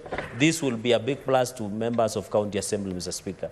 So the final one, Mr. Speaker, which you have led us today through your bill, Mr. Speaker, of course, you having been one of the senior most members of parliament in this house, Mr. Speaker, is this one of financial autonomy. I think if these three things can be achieved for the benefit of MCS, Mr. Speaker, it will be very critical, Mr. Speaker, going into the future. I'm happy we need to treat MCS with the respect and decorum and dignity to ensure their primary oversight is carried out, Mr. Speaker, without hindrance. Even, Mr. Speaker, I see even in social functions, or in state function, in county functions, Mr. Speaker, sometimes we don't even give MCS to address the gathering, and yet they are the leaders of mashinani who know the village level problems. And sometimes I feel sad when I go to public functions, church functions, state functions, county functions, the MCS are being told, can you stand up and wave? Thank you for coming, Mr. Speaker. I think as leaders who interact daily with the people from the grassroots level, Mr. Speaker, they should be the one. Then you find people like PSS and permanent secretaries and cabinet secretaries are given an hour or so to speak on something even they are not aware, Mr. Speaker. Yet the MCS could be, Mr. Speaker, even the Bible says, whoever my responsibility is given, much is expected. I want also to challenge the MCS, just like the Meru MCS, just like Kericho MCS. Let them do their job without fear or contradiction or fearing governors or CCMs, Mr. Speaker. In as much as we want to ensure MCAs get financial autonomy, their welfare is looked into, Mr. Speaker. They are respected. They should also do their job because that is the calling, Mr. Speaker, of the good book. For us who are Christians, that is what is demanded from them. So in as much as we are pushing for the capacity and ability of members of County Assembly across the nation, we also demand for them to do their job. Mr. Speaker, it's shocking when the governors appear before County Public Accounts Committee, where I sit as the vice chairperson, and even the local MCA does not have the local knowledge of the local project. Even their own budget, which they discuss and approve at the County Assembly level. So I want to challenge the MCS and call out MCS, Mr. Speaker. Whenever you go, some MCS behave like they are PROs of governors. They behave as public relations officers of governors. They speak more to programs of governors and hero-worshipping governors and building governors into cult personality. Yet we are here working hard to ensure they give them capacity and ability, Mr. Speaker. So I want to call out MCAs that they should know their job also. As we push for their good welfare here in the floor of the House and in Parliament, Mr. Speaker, they should also behave and be the oversight. I don't see the need why would an MCA be telling us about implementation of projects, yet the CCM is sitting here, the chief officer is sitting here, Even I saw the governor of Narok was in development tour of Emurua Digir constituency. But when you see there is nothing in a Murdigir constituency that the governor was going to launch. He was going to bid stories, Mr. Speaker. Did you see the convoy of Narok governor? Convoy that the president cannot have. It was trending, Mr. Speaker. Yeah, how many cars? There were more cars, even almost 100 motor vehicles of high-end SUVs, Mr. Speaker. Yet, and the people who are hero worshipping and building cult personality as the MCS who are supposed to oversight. Mr. Speaker, it is very unfortunate. We must call out MCS to do their job, Mr. Speaker, and ensure that they are performing, Mr. Speaker. Even in Nandi, for example, when COVID struck, the sitting governor decided to put a budget 115 million for mass grave. But that land does not exist. When you ask MCS, they don't know where that land is, Mr. Speaker. When we told them to do their job, they decided to go and fight in the county assembly, Mr. Speaker, because of small monies and favors that are just chasing around. Mr. Speaker, I want to call upon the MCS as we give them the financial autonomy. To whoever much is given, much is expected, Mr. Speaker. I have had colleagues say something, number 2, Mr. Speaker, because I only have 3 points. Article 219 is very clear. Money that is dispersed should be given to counties without undue delay. Counties are not beggars to the national treasury. They should not. And the CS in charge of national treasury, CS Mbadi, should be aware of Article 219, Mr. Speaker. When money is released to counties, it should be released without undue delay unless denied by Article 225 of the Constitution 2010, Mr. Speaker.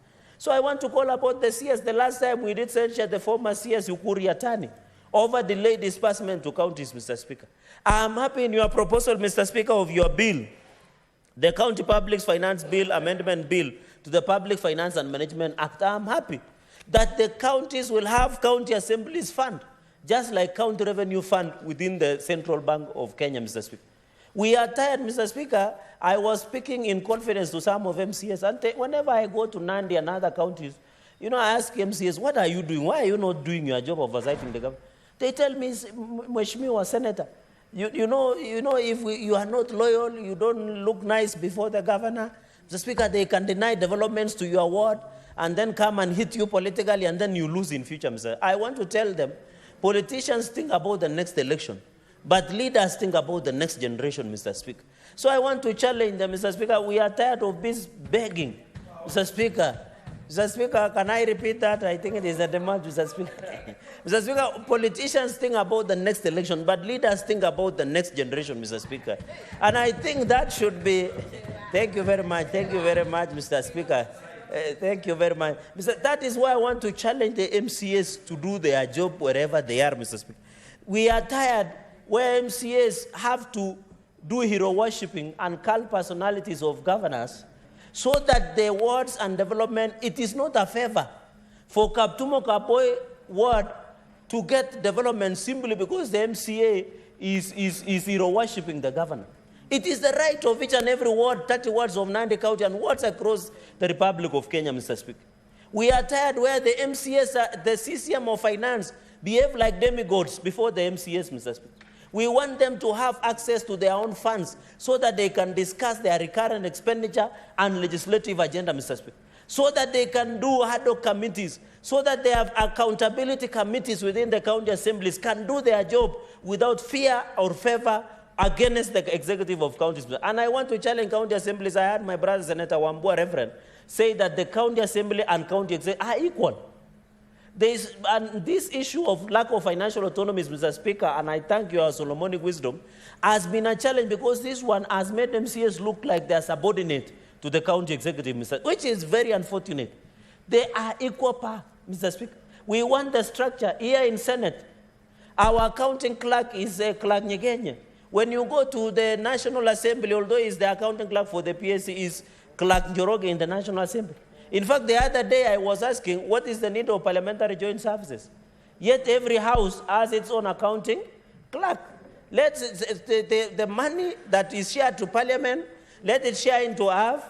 The clerk of the Senate be in charge of accounting of the Senate. The other one in the National Assembly, the lower house, our sister house, although they are proposing a bill through jailer to scrap us, but we shall scrap them before they scrap us. Mr. Speaker, they should also hold their own accounting. Then these parliamentary joint services is an animal that the law does not recognize, Mr. Speaker. And that is why we normally complain for lack of facilities, Mr. Speaker, because of that animal up to today, Mr. Speaker. So, Mr. Speaker, I want to challenge that the model of running of accounting should be just like the Parliament of Kenya, Mr. Speaker. I'm saying this, Mr. Speaker, with a heavy heart, knowing that the MCA of Shale Ward, Yusuf Hussein Ahmed in Wajir County is still missing and unaccounted for, Mr. Speaker. You remember an MCA from Kakamega County was attacked and killed, Mr. Speaker. There was even a talk of assigning them an ability or even assigning them to bodyguard, Mr. Speaker, so that they are safe. You know, politics attracts a lot of enemies. For example, myself, Mr. Speaker, many people are looking for me. It is that God has been protecting me and be gracious, Mr. Speaker. But I want to challenge, in fact, the MCS has been attacked on several occasions. We must also ensure that we give even the MCS, Mr. Speaker, because, Mr. Speaker, if we are giving Nairobi or Nandi around 10 billion, and then the person who oversights the person who is in charge 10 billion is unprotected, the political goons will always be sent to the way of MCS. And even as we remember the MCA that was killed in Kakamega, somebody is here to be arrested. The MCA that is missing of Wajir in Shale Ward, if he had bodyguard, maybe things would have been different, Mr. Speaker. We have had even your MCS, Mr. Speaker, during the impeachment of the impeached Governor Kawira Mwangaza, because she is impeached, although she is challenging her impeachment, Mr. Speaker. Mr. Speaker, they had to sleep at the chambers. They had to lock themselves at Meru County Assembly because their security was not guaranteed, Mr. Speaker. Because even I'm told they were not accessing their salaries and allowances because the county, the executive were preventing them from accessing because they wanted them to drop the motion against the impeachment motion against the impeached governor, Mr. Speaker, because I think we know there is the impeached deputy president, there is now the impeached governor, Mr. Speaker. So I think that is what number 4, Mr. Speaker. On the issue of autonomy, I agree, but I don't agree, Mr. Speaker, on the issue of, there is the issue just the third point, because I have only 4. The administrator of a county assembly shall obtain the written approval of the controller of budget. Mr. Speaker, I want to caution members of county assembly. We have seen, and yesterday we saw a county like Machakos, Mr. Speaker, and I'm happy the senator of Machakos is here. They were having close to 300 bank accounts, Mr. Speaker. 300 bank accounts. Yet when you go to controller budget, they want only few accounts, the CRF, to allow feasibility of COB. Because we are aware counties are doing the animal calling voiding payments, where the counties demand that they want to pay Ledama, but the money, when the money is released, they pay Senator Wambua, Mr. Speaker, just for purposes of illustration. I'm not saying they are being paid, just for purposes of illustration, Mr. Speaker. So that is how counties are perpetuating the issue of voiding of payments, Mr. Speaker. And therefore, I agree with this provision that the issue of controller of budget, before withdrawing money, they must be approved by controller of budget, Mr. Speaker. And the county assembly should stop opening bank accounts. When we challenge governors who appear before us, and I'm happy the chair of devolution is here, they are looking in financial bank accounts. You saw like Bungoma had over 300 commercial bank accounts. In Nandi, they have over 500 commercial bank accounts. Apart from CRF, apart from special purpose account, and apart from the facility improvement accounts under the Facility Improvements Act, Mr. Speaker. Therefore, we want to caution county assemblies, as we give you financial autonomy, we want them to maintain one account of county assemblies fund within the Central Bank of the Republic of Kenya. Mr. Speaker, the fourth point, I will disagree, Mr. Speaker, because the proper maintenance of buildings, Mr. Speaker, I can see you have given functionality and utilization of fund. One of them is to defray administrative expenses, which I agree. You know, Mr. Speaker, I see people, because now county assemblies appear before us for auditing as county public accounts. The business of county assemblies last parliament, it is recurrent. How you gauge the functionality of a county assembly is committee meetings, plenary, tabling of reports, motions, bills, and any other oversight role that is allocated by the law. So, Mr. Speaker, I agree with you. The only challenge, there are still counties that have not completed their county chambers. including my own county. Nandi County Assembly is yet to complete their chamber. We went to Isiolo, Mr. Speaker, that one is told, and a number of county assemblies I want to challenge. I think in Narok, I'm told the county executive is squatting on the land of the county assembly. So they need also to put their assets in order. We don't want the county executive of Narok to be squatting on the property of county assembly premises, Mr. Speaker. We need them to have a valuation role, to have full fixed asset that ensure the assets of county assembly are captured going into the future, Mr. Speaker. Senator Chaligei, what is your point of order, Senator Zena?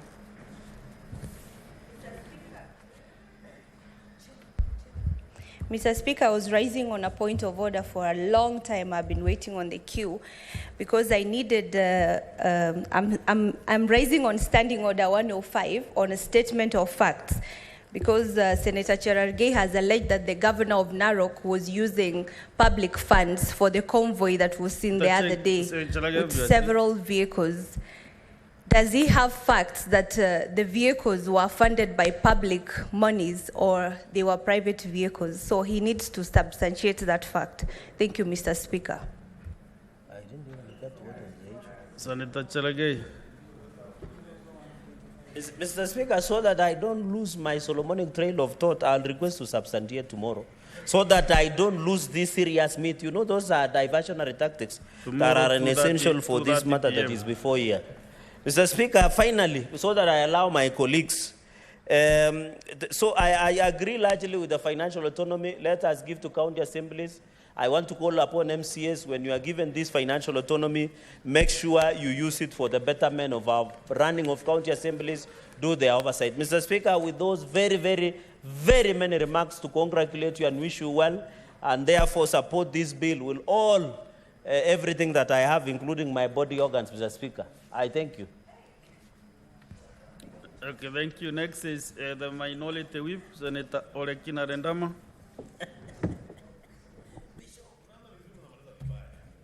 Thank you, Mr. Speaker. Mr. Speaker, the separation of powers, the principle of separation of powers requires the county assemblies to be independent. But currently, as we are in this country, I want to blame the framers of the Constitution because of the rush to be able to set up county governments. They never saw a problem when it comes to the issue of the executive controlling the assemblies. Today, Mr. Speaker, when the clerk or the speaker of the assembly want to be able to authorize payment for the administrative cost, payment for plenary seating, allowances, they depend entirely on the executive. And in most cases, the executive will decide whether to approve Form A or not.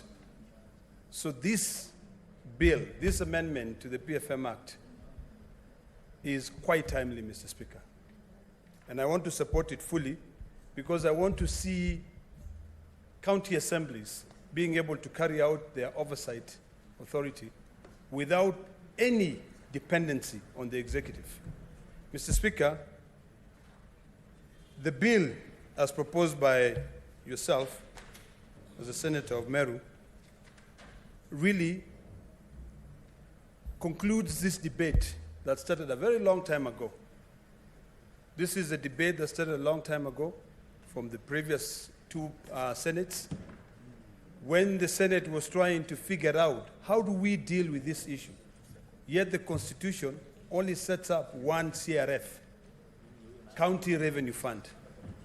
But I think because of the Solomonic wisdom of yourself, Mr. Speaker, you have been able to look at the law, the PFM Act, and see an avenue that the county assemblies can also be able to have their service fund. Mr. Speaker, I've gone through the recommendation that you've put across. And although I support all these recommendations that you put across to be able to set up this county assembly service fund, I see one challenge, Mr. Speaker. And I'm not sure, Mr. Speaker, whether you've really seen the danger of the amendment of section 109E, where you say the county treasurer shall at the beginning of every month and in any event not later than 15 days from the commencement of the month disperse monies to county assemblies fund for the expenditure of the following month. Mr. Speaker, I see us going back to the same problem. Going back to the same problem where the executive decides when to send this money. Mr. Speaker, I would like to beseech you that you do away with that provision and give the power directly to the control of budget. That whenever the control of budget see a requisition, because today, Mr. Speaker, when the clerk of Narok County wants to requisition money from the control of budget, the clerk of Narok County, whom is the one you've given all the powers to be the accounting officer, will have to rely on the CEO finance or the CC finance. Now, Mr. Speaker, if you still leave this provision in this amendment, don't you see that this will still continue being, a problem, a hindrance? So, Mr. Speaker, I'd like to beseech you to do away with this section 109E completely. Mr. Speaker, let the accounting officer of the assembly communicate directly to the control of budget. And while communicating to the control of budget, Mr. Speaker, we still see there's a problem with the control of budget approval. We have a representative of the control of budget in each of the 47 counties, Mr. Speaker. Mr. Speaker, before the county executive or the county assembly, in this case the clerk, requisition any money, it has to go through the representative of the control of budget for them to be able to approve that there is a vote had on that amount. But you know what happened realistically, Mr. Speaker? Immediately after this representative of the control of budget approves and say, control of budget, you may at least release this money. If you happen to go to the office of the control of budget, Mr. Speaker, you will see the CCM finance. You will also see the clerk there trying to begin the process all over again. Why are we putting all these,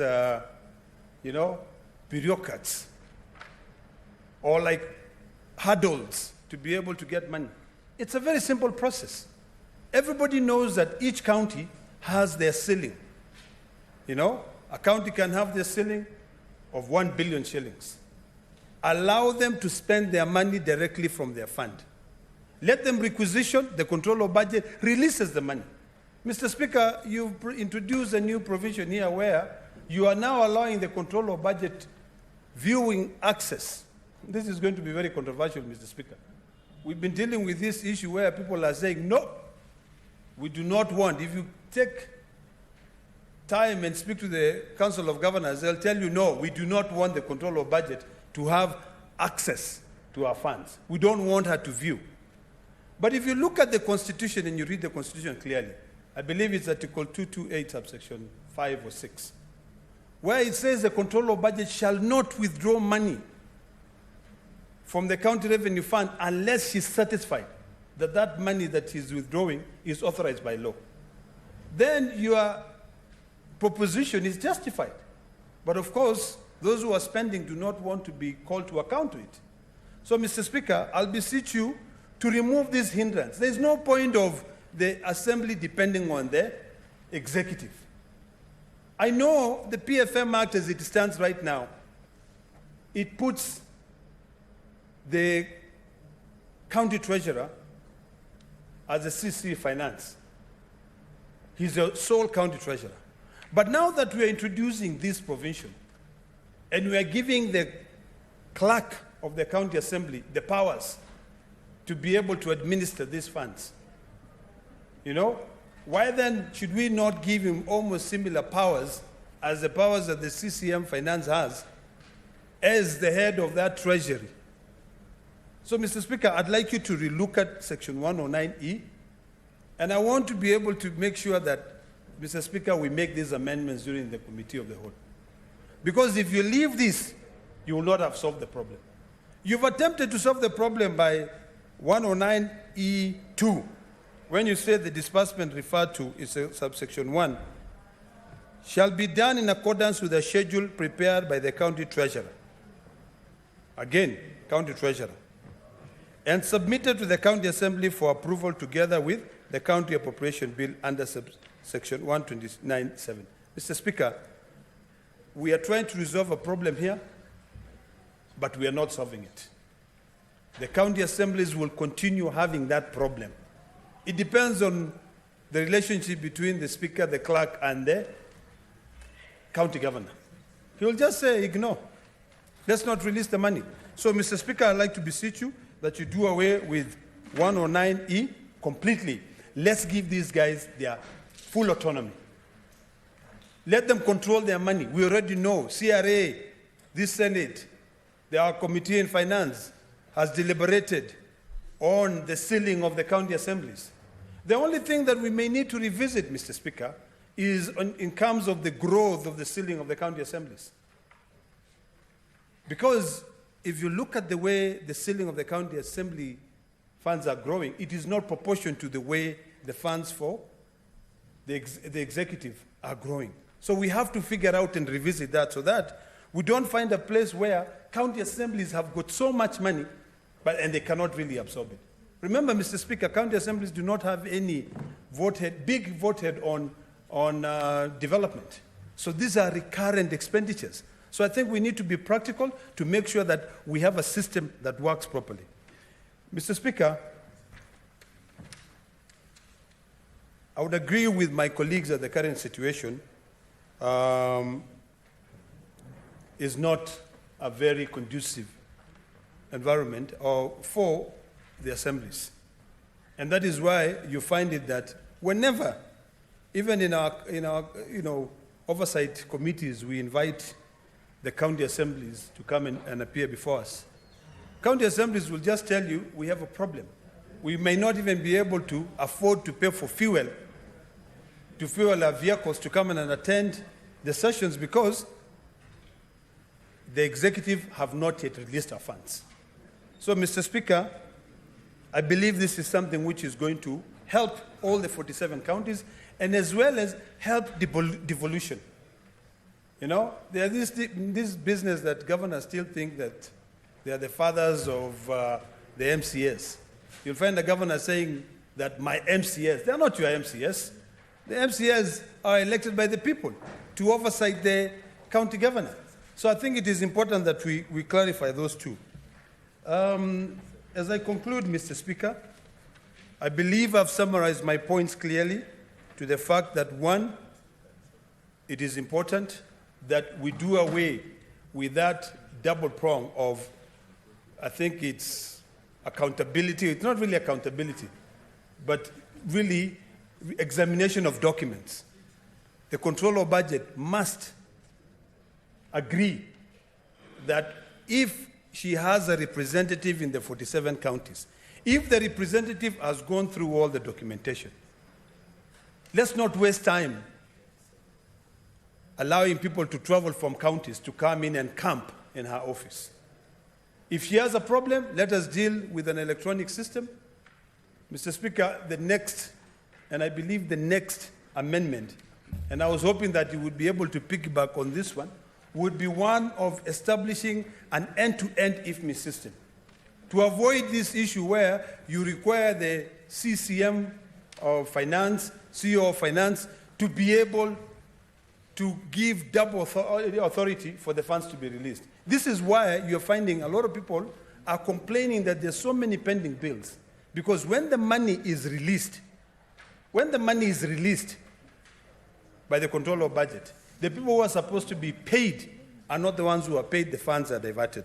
Mr. Speaker, as I conclude, I wanted to request, because this is the bill sponsored by the Senator of Meru County, that Section 119A that you are requesting, you are now introducing, where you say the controller of budget shall have viewer rights access to all bank accounts maintained by the county executive, the county assembly, and all other county government entities. Mr. Speaker, I don't know whether it will be overstretching to further require and add 119B to require that when payments are being made out,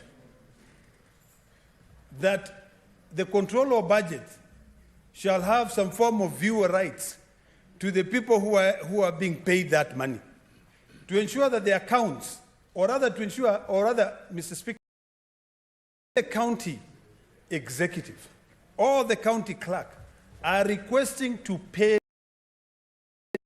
vendors, that they shall include the vendor account numbers. And in that requisition, when the money has been sent out, we should require the banks to send a confirmation that the money which was authorized by the controller of budget has been sent to the supplier. That, Mr. Speaker, will end this business of pending bills. That, Mr. Speaker, will end this business of the diversion of funds. Because diversion of funds, Mr. Speaker, is a cancer that if we don't deal with right now and cut it out completely, we will continue having huge pending bills. People will continue killing themselves because the counties have not paid them. When we have a crisis in a stagnating economy like this one right now, most businesses out there will continue suffering. So, Mr. Speaker, I fully support this, and I will be sitting down with you, Mr. Speaker, so that at the Committee of the Whole, we include those two new amendments. We do away with Section 119 that you've introduced. 119E, let us allow county assemblies to be able to fully manage their funds. This will even help the MCAs be able to go out there and carry out their oversight function, because they will no longer complain that they have not been given their mileage, that they have not been given their sitting allowance, because the executive has not yet released money to the county assembly clerk. Thank you, Mr. Speaker.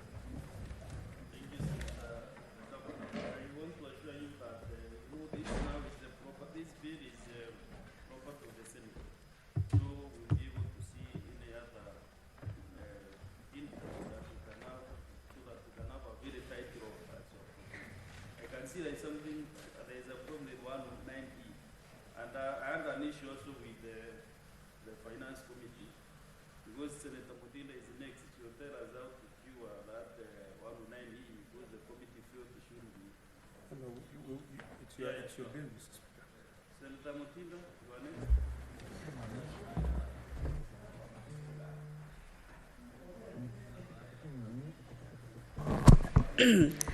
Thank you, Mr. Speaker. And yes, truly, as the Committee of Finance, we were able to deliberate on your bill. And allow me to start really by thanking you, Mr. Deputy Speaker, for this wonderful bill that at least as Senate, we are going to leave a legacy as far as our MCAs are concerned. These are our leaders that represent us at the lowest level, at the machinani level, leaders that this Senate highly respects very much our MCAs, Mr. Speaker. And that is why we really take this bill very dear to us. And I would wish my very good friend, Senator of Narok County, would be able to accord me full hearing, as I did, so that when I get to clause 109E, I can be able to shed some light on what us as the committee deliberated and what we settled, why we settled for the clause as it is, Mr. Speaker. Mr. Speaker, allow me to, is really requesting I go to my comments on clause 109 and, sorry, it's, yes, 109, I'm very keen. Minority Leader 109E, yes, says that the county treasurer shall at the beginning of every month, and in any event not later than date 15th, from the commencement of the fund, blah, blah, blah, and all that, ensure that the funds are disbursed. That was taking care of timely disbursement. But I know the concern that is in place because we are trying to cure that autonomy for the MCAs would be in place. It seems like the county treasurer still sort of has final powers. But this is the reason, Mr. Speaker. According to the PFM Act, how we analyzed and looked at was that we cannot allow more than 1 or 2 people to be able to have access to the CRF account.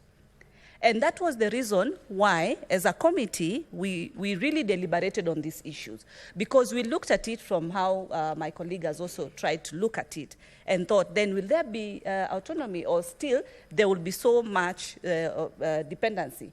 But light was shed, and was shed in the sense that it will not be so safe, it will not be so prudent or wise to allow many signatories for this CRF account.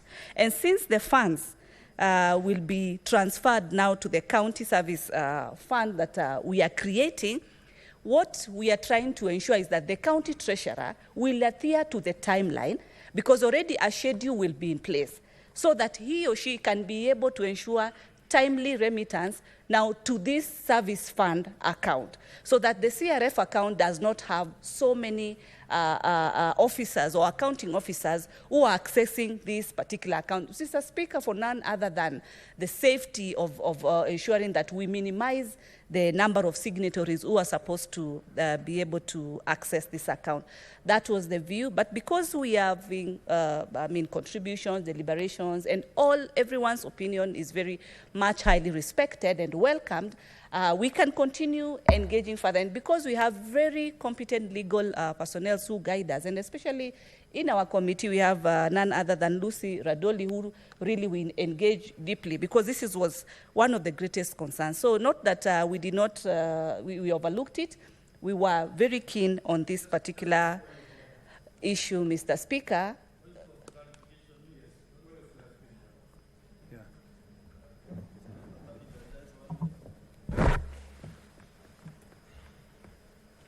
Mr. Speaker, I'm listening to my dear sister trying to explain the reasoning behind still maintaining the hindrance of the autonomy of the assemblies.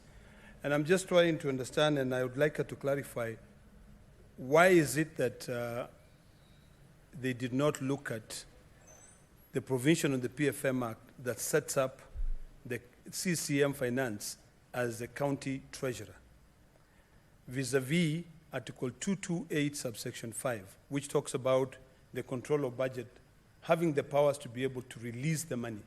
And in this case, right now, when the clerk of the assembly requires money to be able to offset the expenditures, they will write to the CCM Finance.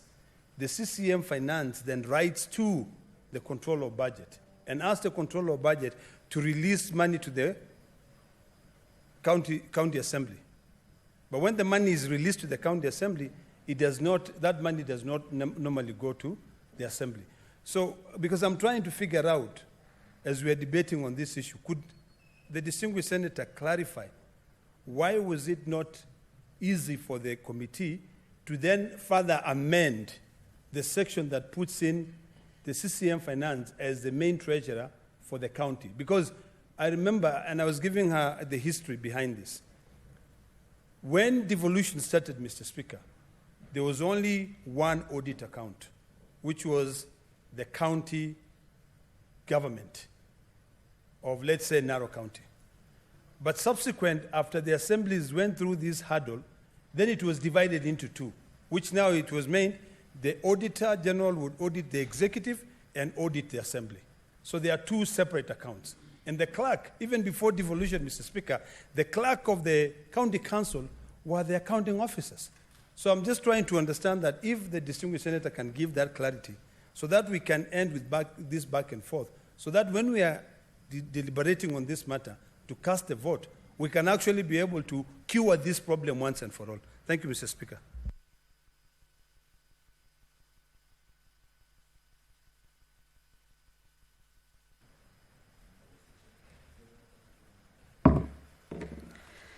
Mr. Speaker, I've had my colleague, and I know this bill is your bill, and you're very passionate about it, which is allowed, of course.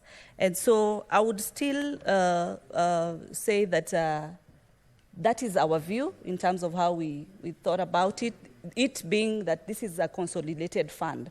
So the wisdom was simply just to avoid falling back so many signatories. I'll leave it at that at this particular moment, Mr. Speaker, and look at the other clauses that the bill has looked into. One of it also being clause 3, Mr. Speaker, that the clerk of the assembly shall be the administrator. And Mr. Speaker, the clerk of the assembly, like the clerk of the Senate, is the one who's in direct communication with the senators, and in the case of the county assembly, then the clerk of the county assembly is also the administrator. And for him to ensure, or her to ensure, that there is a smooth flow of the workings of the members of the county assembly, he stands best to administer this particular fund. Mr. Speaker, looking at also clause 5, which talks about that the administrator of the county assembly shall arrange for the county assembly fund to be kept in the Central Bank of Kenya in an account to be known as the county assembly fund account.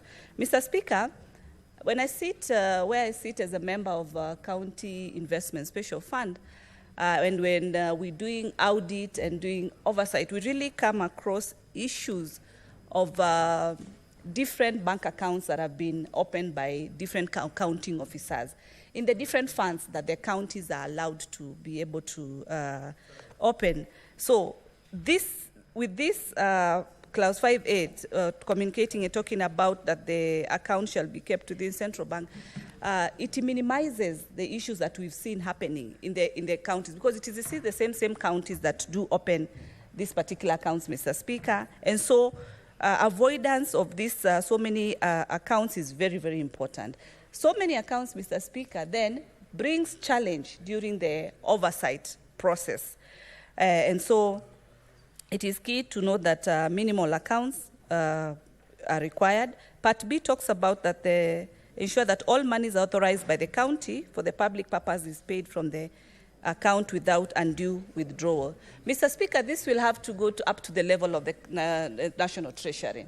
National Treasury, and I'm happy we have a new minister, and since he's also been a member of this parliament, is going to ensure that timely disbursements of the funds to the counties will be done on time. That delay of the funds has really caused a lot of problems. Problems that are existing today, problems for the pending bills. At the same time, problems for our great working leaders, the members of the county assembly. Our leaders at the county level, our MCAs to be specific, at times go for almost 3 months without their salaries. And mark you, Mr. Speaker, these are the leaders who are in direct communication with our people at the ground level. Unlike us, who come to Nairobi and who transact our business because our offices are within Nairobi and we go to Mashinani during the weekend, it is different for the MCAs, who in each and every day they are meeting with the people, they're interacting with the people, and the people are also sharing the needs. If an MCA would go without salary for 2 to 3 months, for Christ's sake, it becomes very hectic. So I would still want to urge, as we ensure that timely disbursement of these funds to the county, this fund, the county assembly fund account, should be timely. It starts at the treasury level. So the CS, the new CS, should ensure, because this is what he promised when he came to this house, and really affirm that timely disbursements will be done and will be done on time, Mr. Speaker. Otherwise, without this, then we will be killing devolution. Undermining devolution is the last thing that Senate wants to embark on, and so timely disbursements will always be very key, Mr. Speaker. Mr. Speaker, looking at 109B, the fund shall be used to defray administrative services, also acquisition of maintenance of buildings, grounds, and other assets. Mr. Speaker, in the Committee of Finance, we have a room whereby when the MCAs appear before our committee requesting for increment of their ceilings, this is normally brought about by the projects that they do have, Mr. Speaker. And in most cases, we've looked at those issues and accorded the increment of the ceilings. Mr. Speaker, one thing to note is that we've had counties like northeastern counties, whereby they would talk about the challenges that they go through for them to do the oversight. And even as senators, before we do the oversight for the counties, the mandate is within the MCAs themselves. But if they do not have enough facilitation and they have all these challenges, mobility and all that, it becomes really a hurdle for them to be able to achieve their mandate, which is oversight, the basic mandate. So when this fund will be in place, Mr. Speaker, the County Assembly Fund, it will give a smooth running for them to be able to conduct their oversight smoothly, for them to be able to conduct their training capacities as required smoothly, without challenges, without continuing to beg the same employers, that is the CEC Finance, who has been vetted by the same MCAs, accorded the same responsibility by the same MCAs, and they have to go back and beg, for facilitation, beg for support, financial support, for them to be able to undertake their roles, Mr. Speaker. So with this fund, it will give them, maximum output. I've had yesterday when we were deliberating the bill for Senator Crisol on the MCA's nominations, concerns were a bit raised in terms of the quality, competency, and all that. But, Mr. Speaker, when this fund will be in place, it will be able to empower MCAs to be able to understand and how to partake their roles, Mr. Speaker. Mr. Speaker, as I conclude, I would want to conclude on the issue of the 119A. That says that the controller of budget shall have viewer rights access to all the bank accounts maintained by the county executive, the county assembly, and all other county government entities.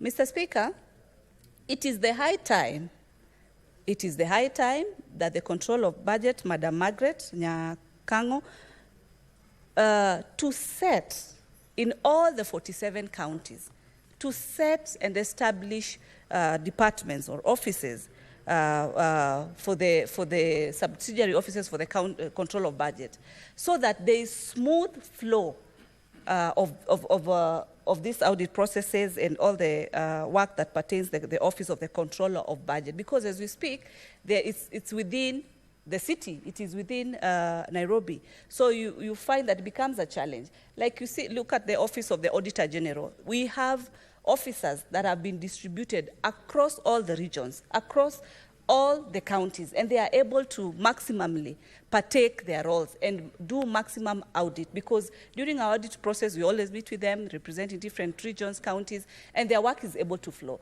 But the control of budget team is still narrowed. There must be diversification, there must be maximum officers that have been deployed to the different counties so that they are able to ensure the role of the control of budget is maximally achieved, Mr. Speaker. And with those and many few remarks, I look forward that this bill will quickly, and before even we go to the long recess, that we'll have concluded on it and passed on it, and probably our colleague at the National Assembly will also be able to fast-track this particular bill so that we support our MCAs, and any other issues that are within the MCAs will ensure we maximally support them. Thank you, Mr. Speaker.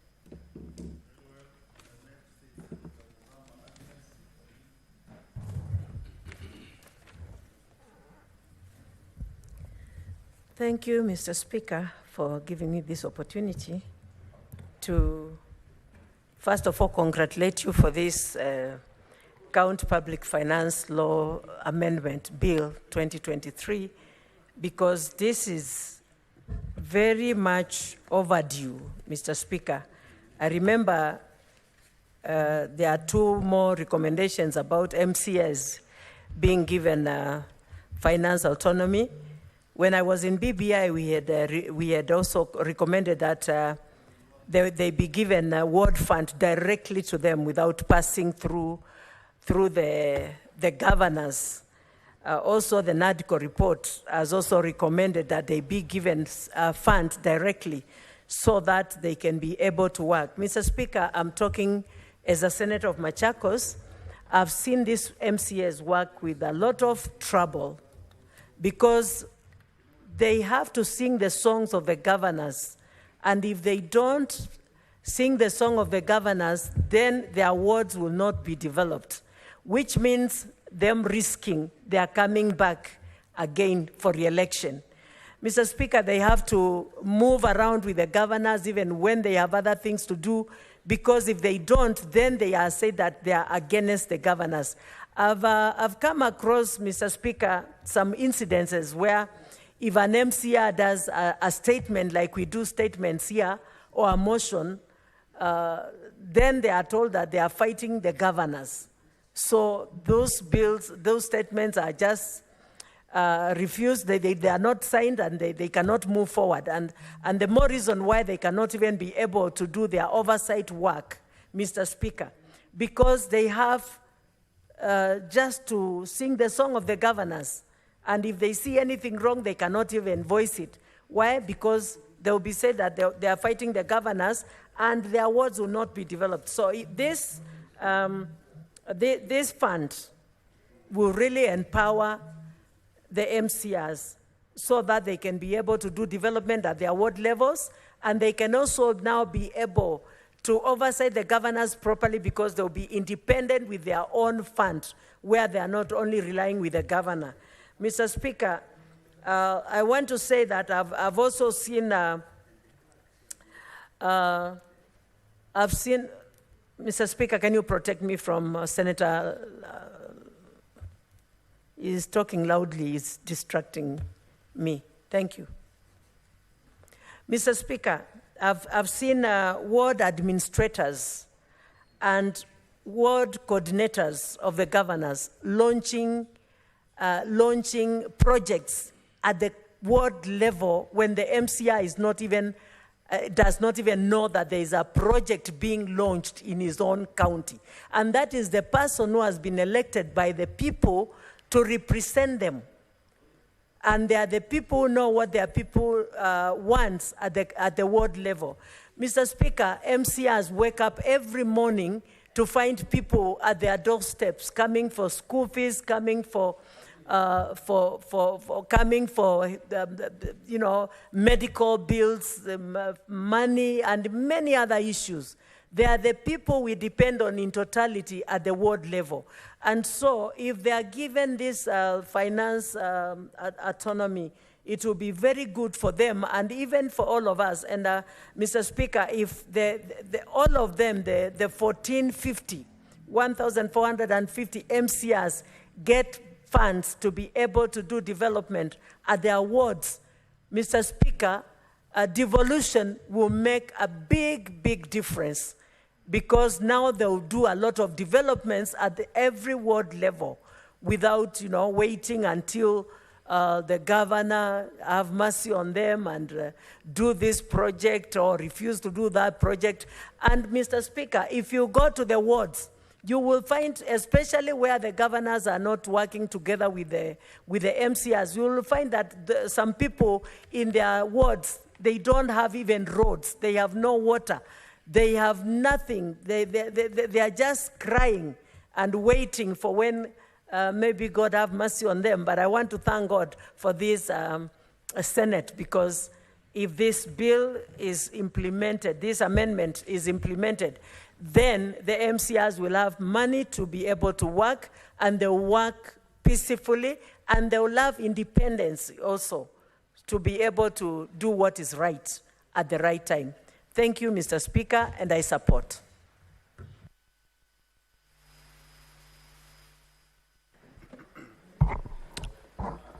Thank you, Honorable Speaker. Honorable Speaker, I want to thank you very much for this opportunity that you've given to me. I also thank you for coming up with this important bill, which tries to give powers to counties, more so the county assemblies. Honorable Speaker, this is how we really need to empower devolution.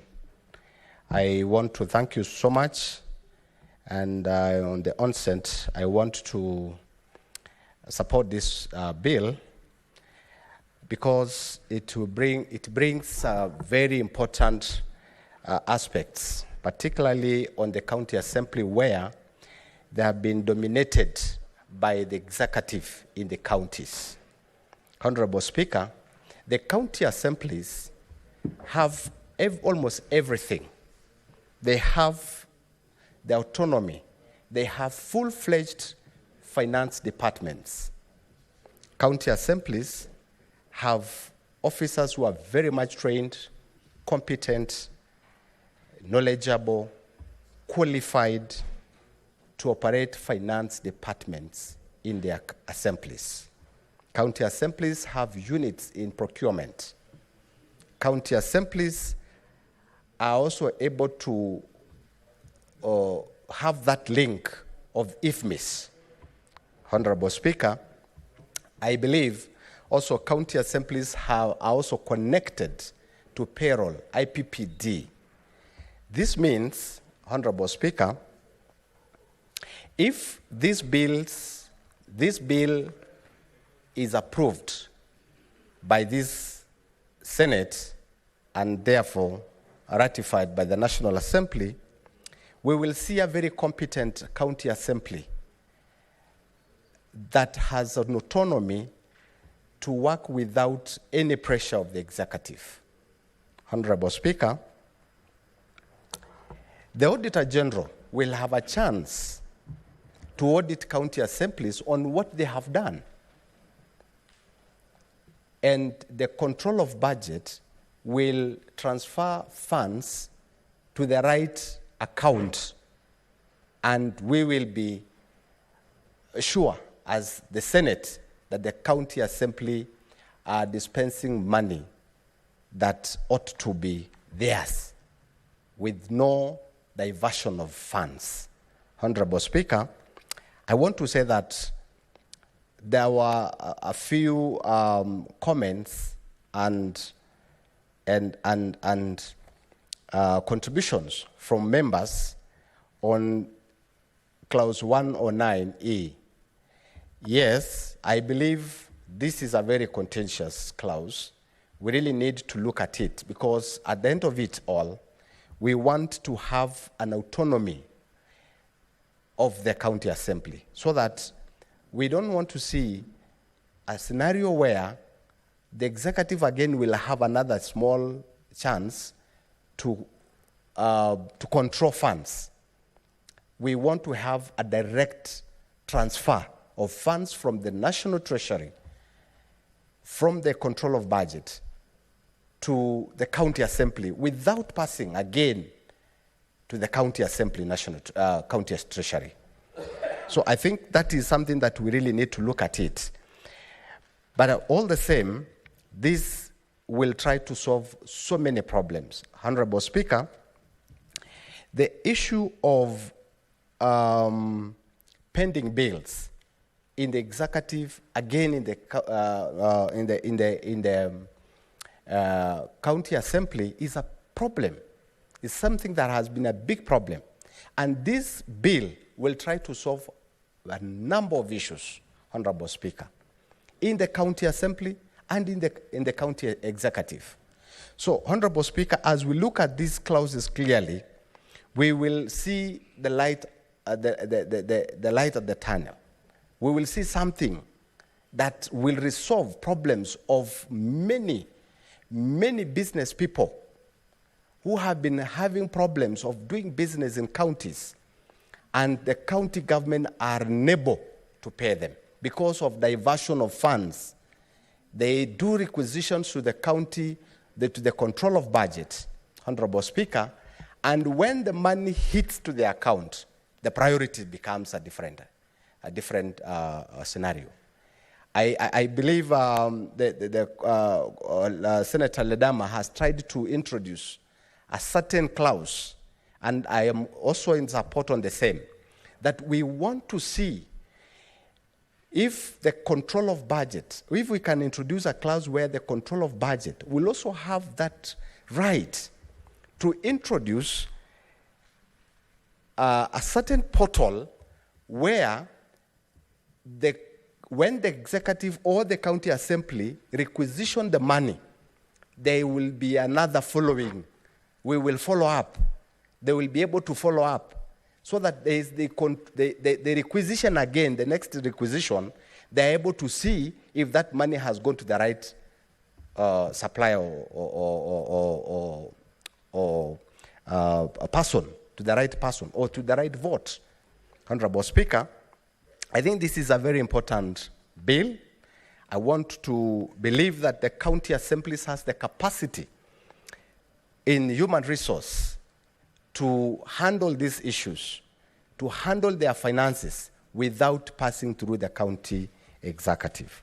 Honorable Speaker, our PAC committees, public accounts committees in the Senate, will also be able to track and find out if the county assemblies are using their money at the right voting. So, Honorable Speaker, I want to stop there, but I want to support this, and thank you so much for bringing up this important bill. Thank you, Honorable Speaker.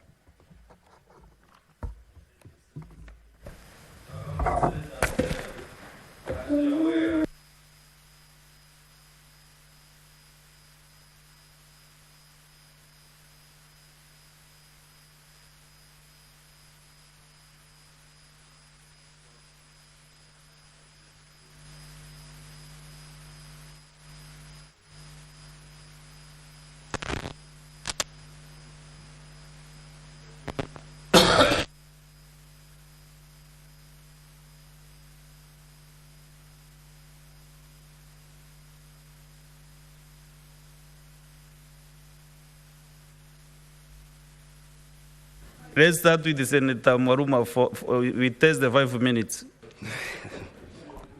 Asante Mheshimiwa Spika kwa hii fursa ili kuchangia huu mjadala ambao ni mjadala muhimu sana wa kupatia mabunge ya county uhuru wao. Kumekuwa na huu mjadala ya kwamba mabunge hayawezi kutimiza majukumu yao ambayo ni uangalizi, kutunga sheria na uwakilishaji vizuri kwa sababu hawana ile autonomy ama hawana uhuru wao. Mheshimiwa Spika, nakushukuru kwa sababu ya hekima yako na ubunifu wako wa utunzi wa sheria na kuona ya kwamba tukibadilisha hii sheria ya Public Finance Management Act, basi mabunge ya county yanaweza kupata uhuru wao. Mheshimiwa Spika, pesa nyingi zinaenda kwa magatuzi, na bila kuwa na mabunge ya magatuzi ambayo yanafanya kazi vizuri, basi zile pesa nyingi zinapotea na wananchi kule nyanjani hawapati maendeleo ipasavyo. Mheshimiwa Spika, mwaka wa 2010 tulijipatia katiba ambayo ilileta ugatuzi, na ugatuzi ilimaanisha kwamba pesa itoke Nairobi na iende mashinani. Lakini tumeona ya kwamba magavana wamenyanyasa ama wameendelea kunyanyasa mabunge ya county. Kwa mfano mwaka wa 2021 nilikuwa katika kamati ya uhasibu ya Senate. Mabunge mengine bado yalikuwa hayalipi mishahara moja kwa moja, walikuwa nalipwa na executive. Mheshimiwa Speaker, pia kwa mabunge yetu kupata pesa zao inabidi mpaka waziri wa fedha aandikie control of budget ili awachilie zile pesa, na mabunge yetu yameendelea kupata shida ya kifedha ama kupata fedha ili kufadhili miradi yao na mipango yao. Mheshimiwa Speaker, kuna jambo pia lilitokea mwaka 2021 hapo ya kwamba unapata bunge limetengeneza makaratasi yake ya pending bills, lakini upande wa serikali ama waziri wa fedha wa executive hawajatengeneza makaratasi yao ya kuregesha kwa control of budget ili pesa irudi. So unapata ya kwamba mabunge ya county yanachelewa kupata pesa kwa sababu wanacheleweshwa na ule upande wa serikali ama executive, ambapo kama wangekuwa na huo uhuru wao, basi pesa zao hazingechelewa kufika kwa mabunge ya kaunti. Mheshimiwa Spika, jambo lingine ambalo linafaa kutokea ama kupeana, litasaidia kupeana uhuru wa county assemblies ni kwamba saa zingine pesa zinachelewa kuingia kwa county ama hazina ya kitaifa inachelewa kutoa pesa, na inabidi county zikope pesa kutoka kwa mabenki. Sasa county assemblies ama mabunge yetu ya county hayajapewa uhuru wa kukopa kutoka kwa mabenki ili kulipa wafanyikazi wao bila kupitia kwa waziri wa fedha. Lakini Mheshimiwa Spika, county assemblies zikishapata uhuru wao, wakati hazina ya kitaifa imechelewa kutoa pesa, basi mabunge ya county yatakuwa na huo uwezo wa kukopa pesa moja kwa moja kutoka kwa mabenki ili kulipa mshahara yao na kuendelea na kazi zao. Mheshimiwa Spika, nimekuwa naongea kila wakati na ninasema kuna mambo mawili yanatakikana kufanyika ili mabunge ya county yafanye kazi vizuri. Ya kwanza ni wawe na hazina yao ndogo, na katika huu mswada wako Mheshimiwa Spika umesema kando na hazina ya county ama CRF account kuwe na hazina ndogo ya assembly ambayo itawekewa pesa ili assembly zitumie pesa yao moja kwa moja. Lakini Mheshimiwa Spika, hata wakiwa na ile pesa kwa assembly, bado gavana akiamua kutopeana maendeleo kwa ward, anaweza kataa bado kupeana maendeleo katika ward. Kwa hivyo hata jambo lingine tukishapitisha huu mswada, ule mswada mwingine ambao lazima tuangalie kwa ukaribu ni ule mswada wa fedha za ward ama ward equalization fund ama ward fund. Ili pesa ikifika kwa magatuzi, kila ward igawanyiwe pesa zake na wapate kufanya maendeleo yao. Vile ilivyo saizi Mheshimiwa Spika, ni kwamba gavana anaweza amua kama mwakilishi ward ama MCA haimbi wimbo wake, basi haezi peleka maendeleo kwa hiyo ward ili wananchi wakasirike na yeye na wamnyime kura katika uchaguzi unaofuatia. Kwa hivyo haya mambo mawili yakishafanyika, kupatia county assemblies uhuru wao, na pia ile mswada mwingine ambao katika hii nyumba wa kupatia uhuru ama kufanya ward development fund, utapelekea wajumbe wetu kufanya kazi vizuri zaidi. Mheshimiwa Spika, hii 109E, kuna msemaji amesema ya kwamba si vizuri kuachia waziri bado atoe pesa katika hazina ya county. Lakini natofautiana na yeye kidogo, kwa sababu katika hazina ya kitaifa waziri wa fedha ndiye anayepiga sahihi ili pesa zitoke na ziende kwa mahakama, ziende kwa bunge na ziende kwa taasisi mbalimbali.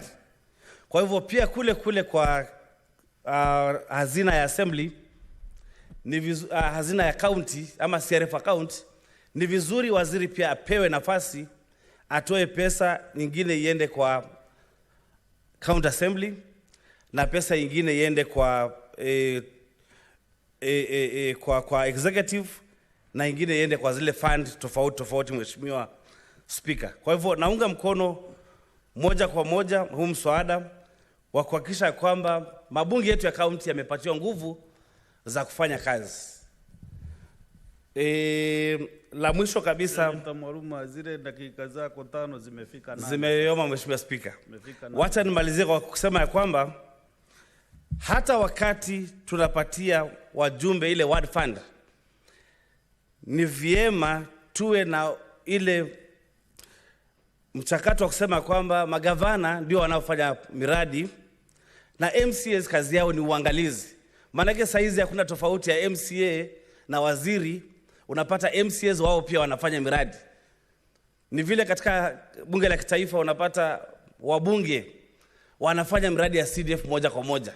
Sasa katika ile separation of powers, Mheshimiwa Speaker, Inatakana pia wajumbe wafanye kazi yao ya oversight, ili gavana naye afanye kazi yake ya utekelezaji wa miradi. Mheshimiwa Spika, kwa sababu ya muda na wengine wanataka kuongea, naomba kuachia hapo na kuunga mkono mswada. Asante Mheshimiwa Spika. Senator Karungo Wadangwa. Thank you very much, Mr. Speaker, for the opportunity. From the onset, I was trying to see what the bill is trying to cure. And Mr. Speaker, you know I'm a former MCA, so at least I understand, having experienced some of these problems we are supposed to cure. When you're bringing the autonomy or the independence of the county assembly, the problem is not spending.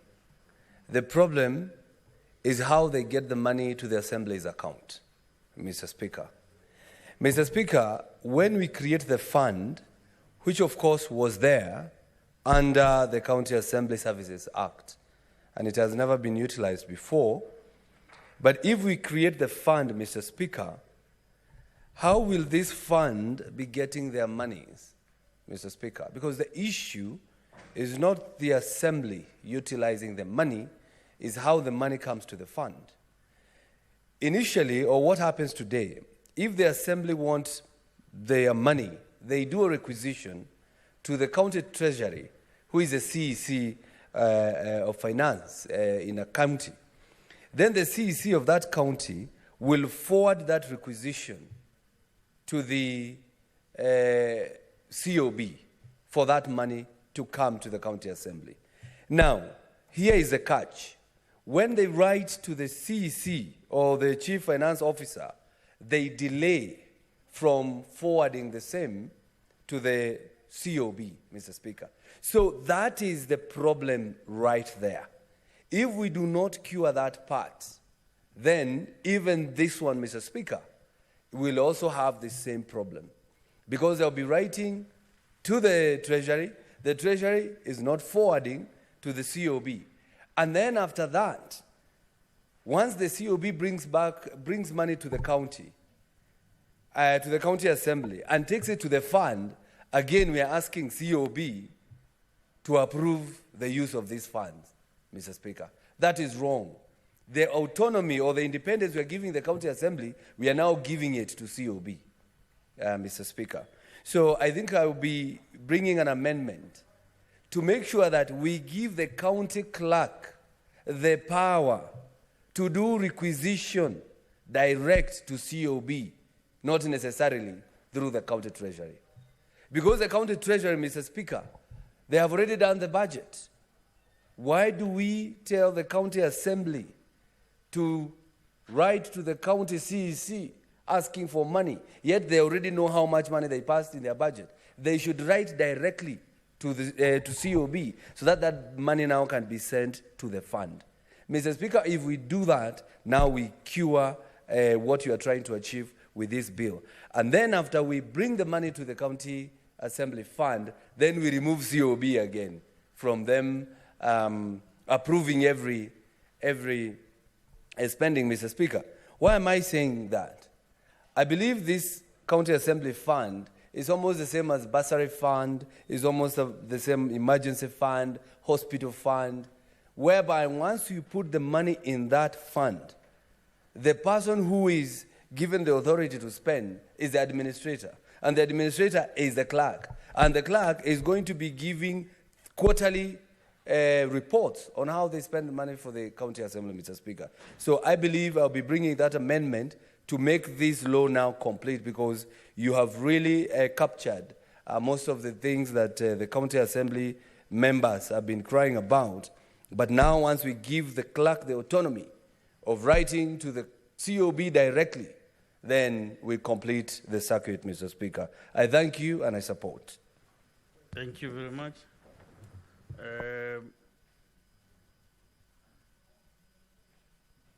I wanted to give some further guidance that I can see I have several senators, 1, 2, 3, 4, and Tabitha fifth. We have a very few minutes. I wanted to give the minority Linda, and then the rest can speak tomorrow and utilize the 20 minutes that you have. So minority Linda.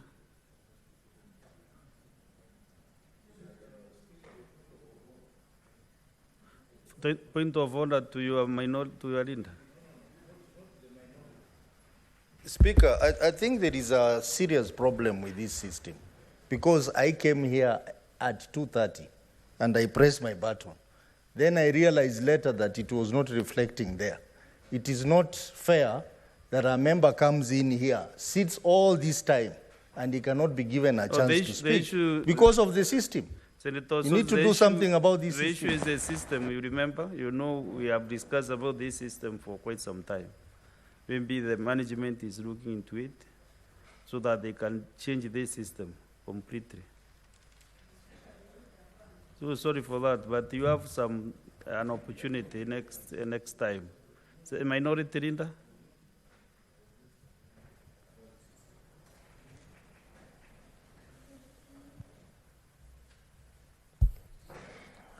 Asante sana mstahiki Spika kwa kunipa nafasi hii mimi pia kuweza kuchangia. Mstahiki Spika, kitu cha kwanza nataka kutoa kongole kwako wewe kwa sababu wewe ndio uliyefananua hii bill ama huu mswada wa sheria za pesa ya umma unaokwenda katika county. Sheria hii ya 23 mimi naona kwamba hii sheria imekuja 23 na tuko 24. Mheshimiwa Spika, ingekuwa uliketia 22 ingekuwa ilipatia mwelekeo mzuri, lakini hatujachelewa. Barabara iko wazi na tutaendelea hivyo hivyo. Kitu cha kwanza, Bwana Spika, hii sheria hizi zitaweza kusaidia bunge sana. Bwana Spika, tunaona kwamba mara nyingi wale wahudumu wale wabunge wa mabunge yetu ya county zote 47 ma MCAs mara nyingi wao ndio wanakuwa wa kwanza kukumbana na zile shida za wananchi. Wakienda kwao nyumbani, wakienda maofisini kwao, wakiwapata barabarani, wao ndio wanakuwa watu wa kwanza kuweza kutekeleza zile shida.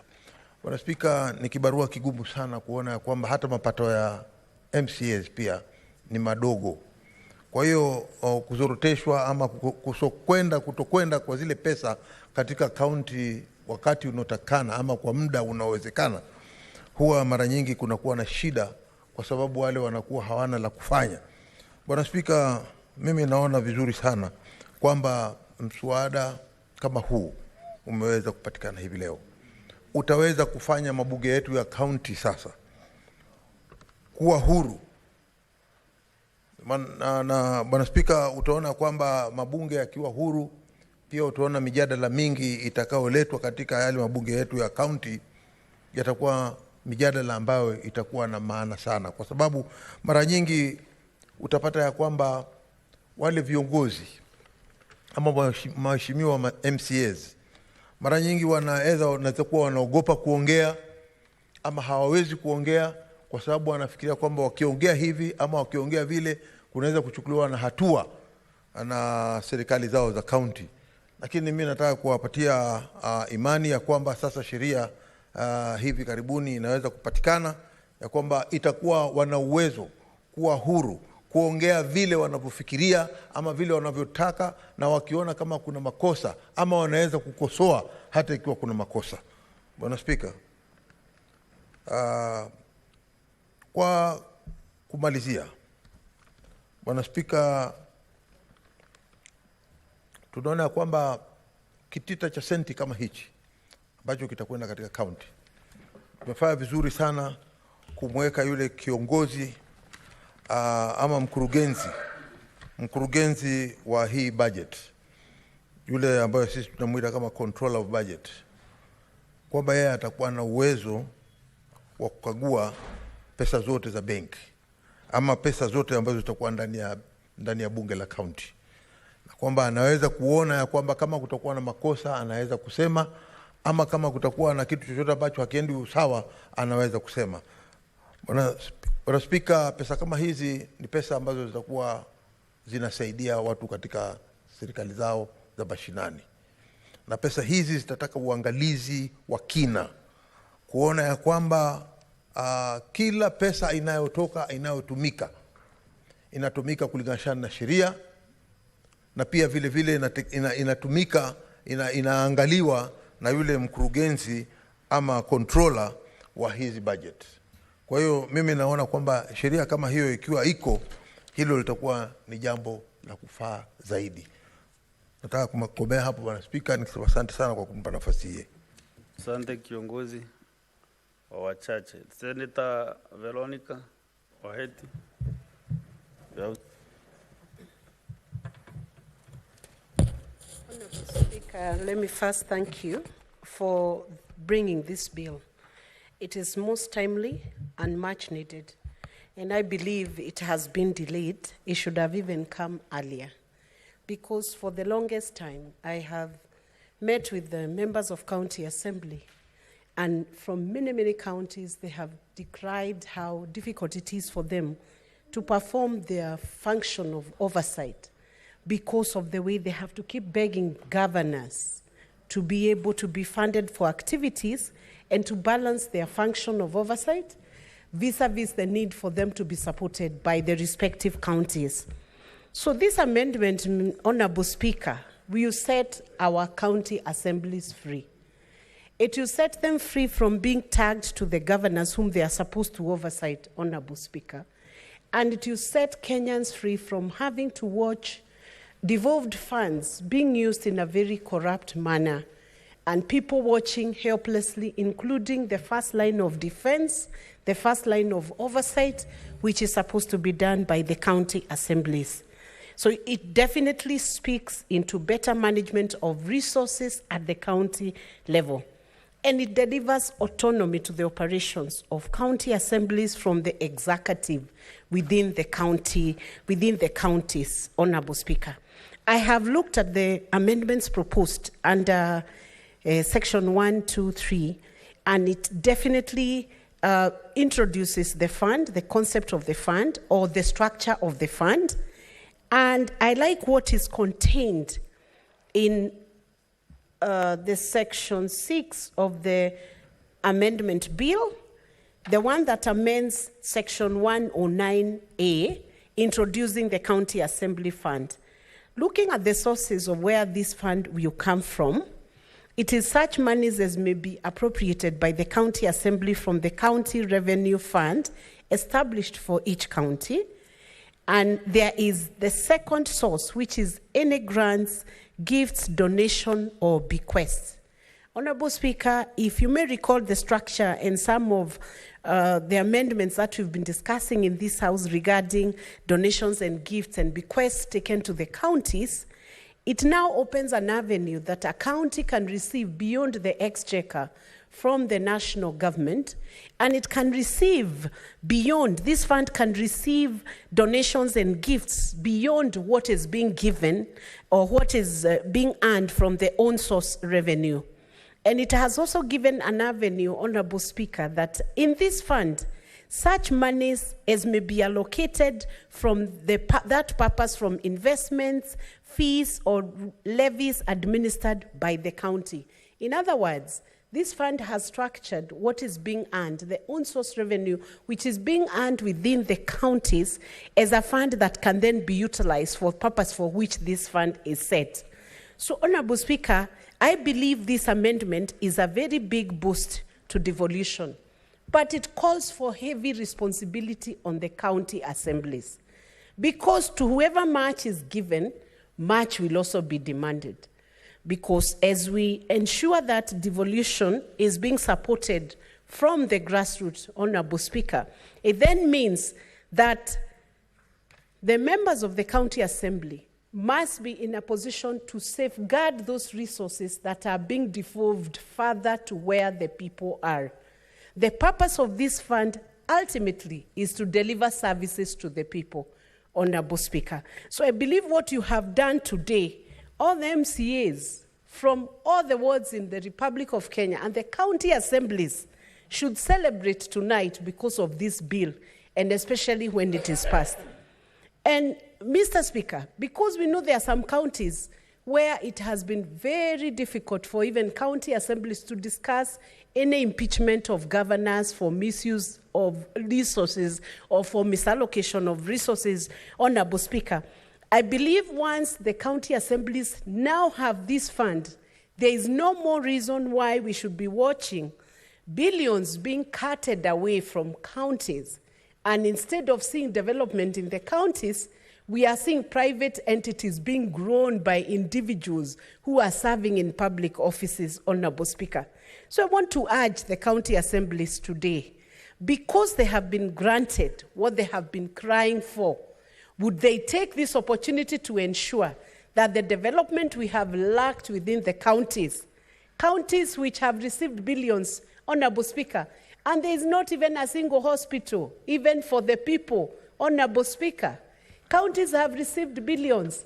There is nothing done in agriculture. Veronica, my good friend, you have a balance of 14 minutes next time the motion is allocated time.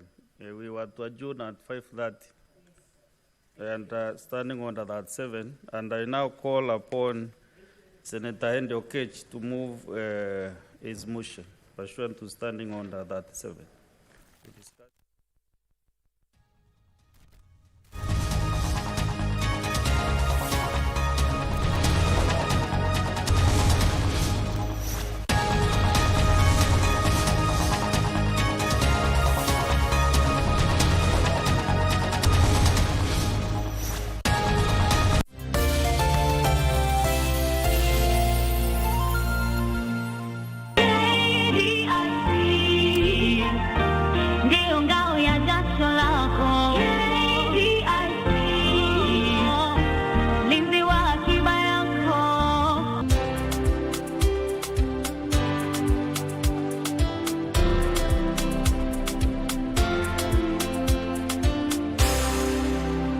KDIC, safer, stronger together.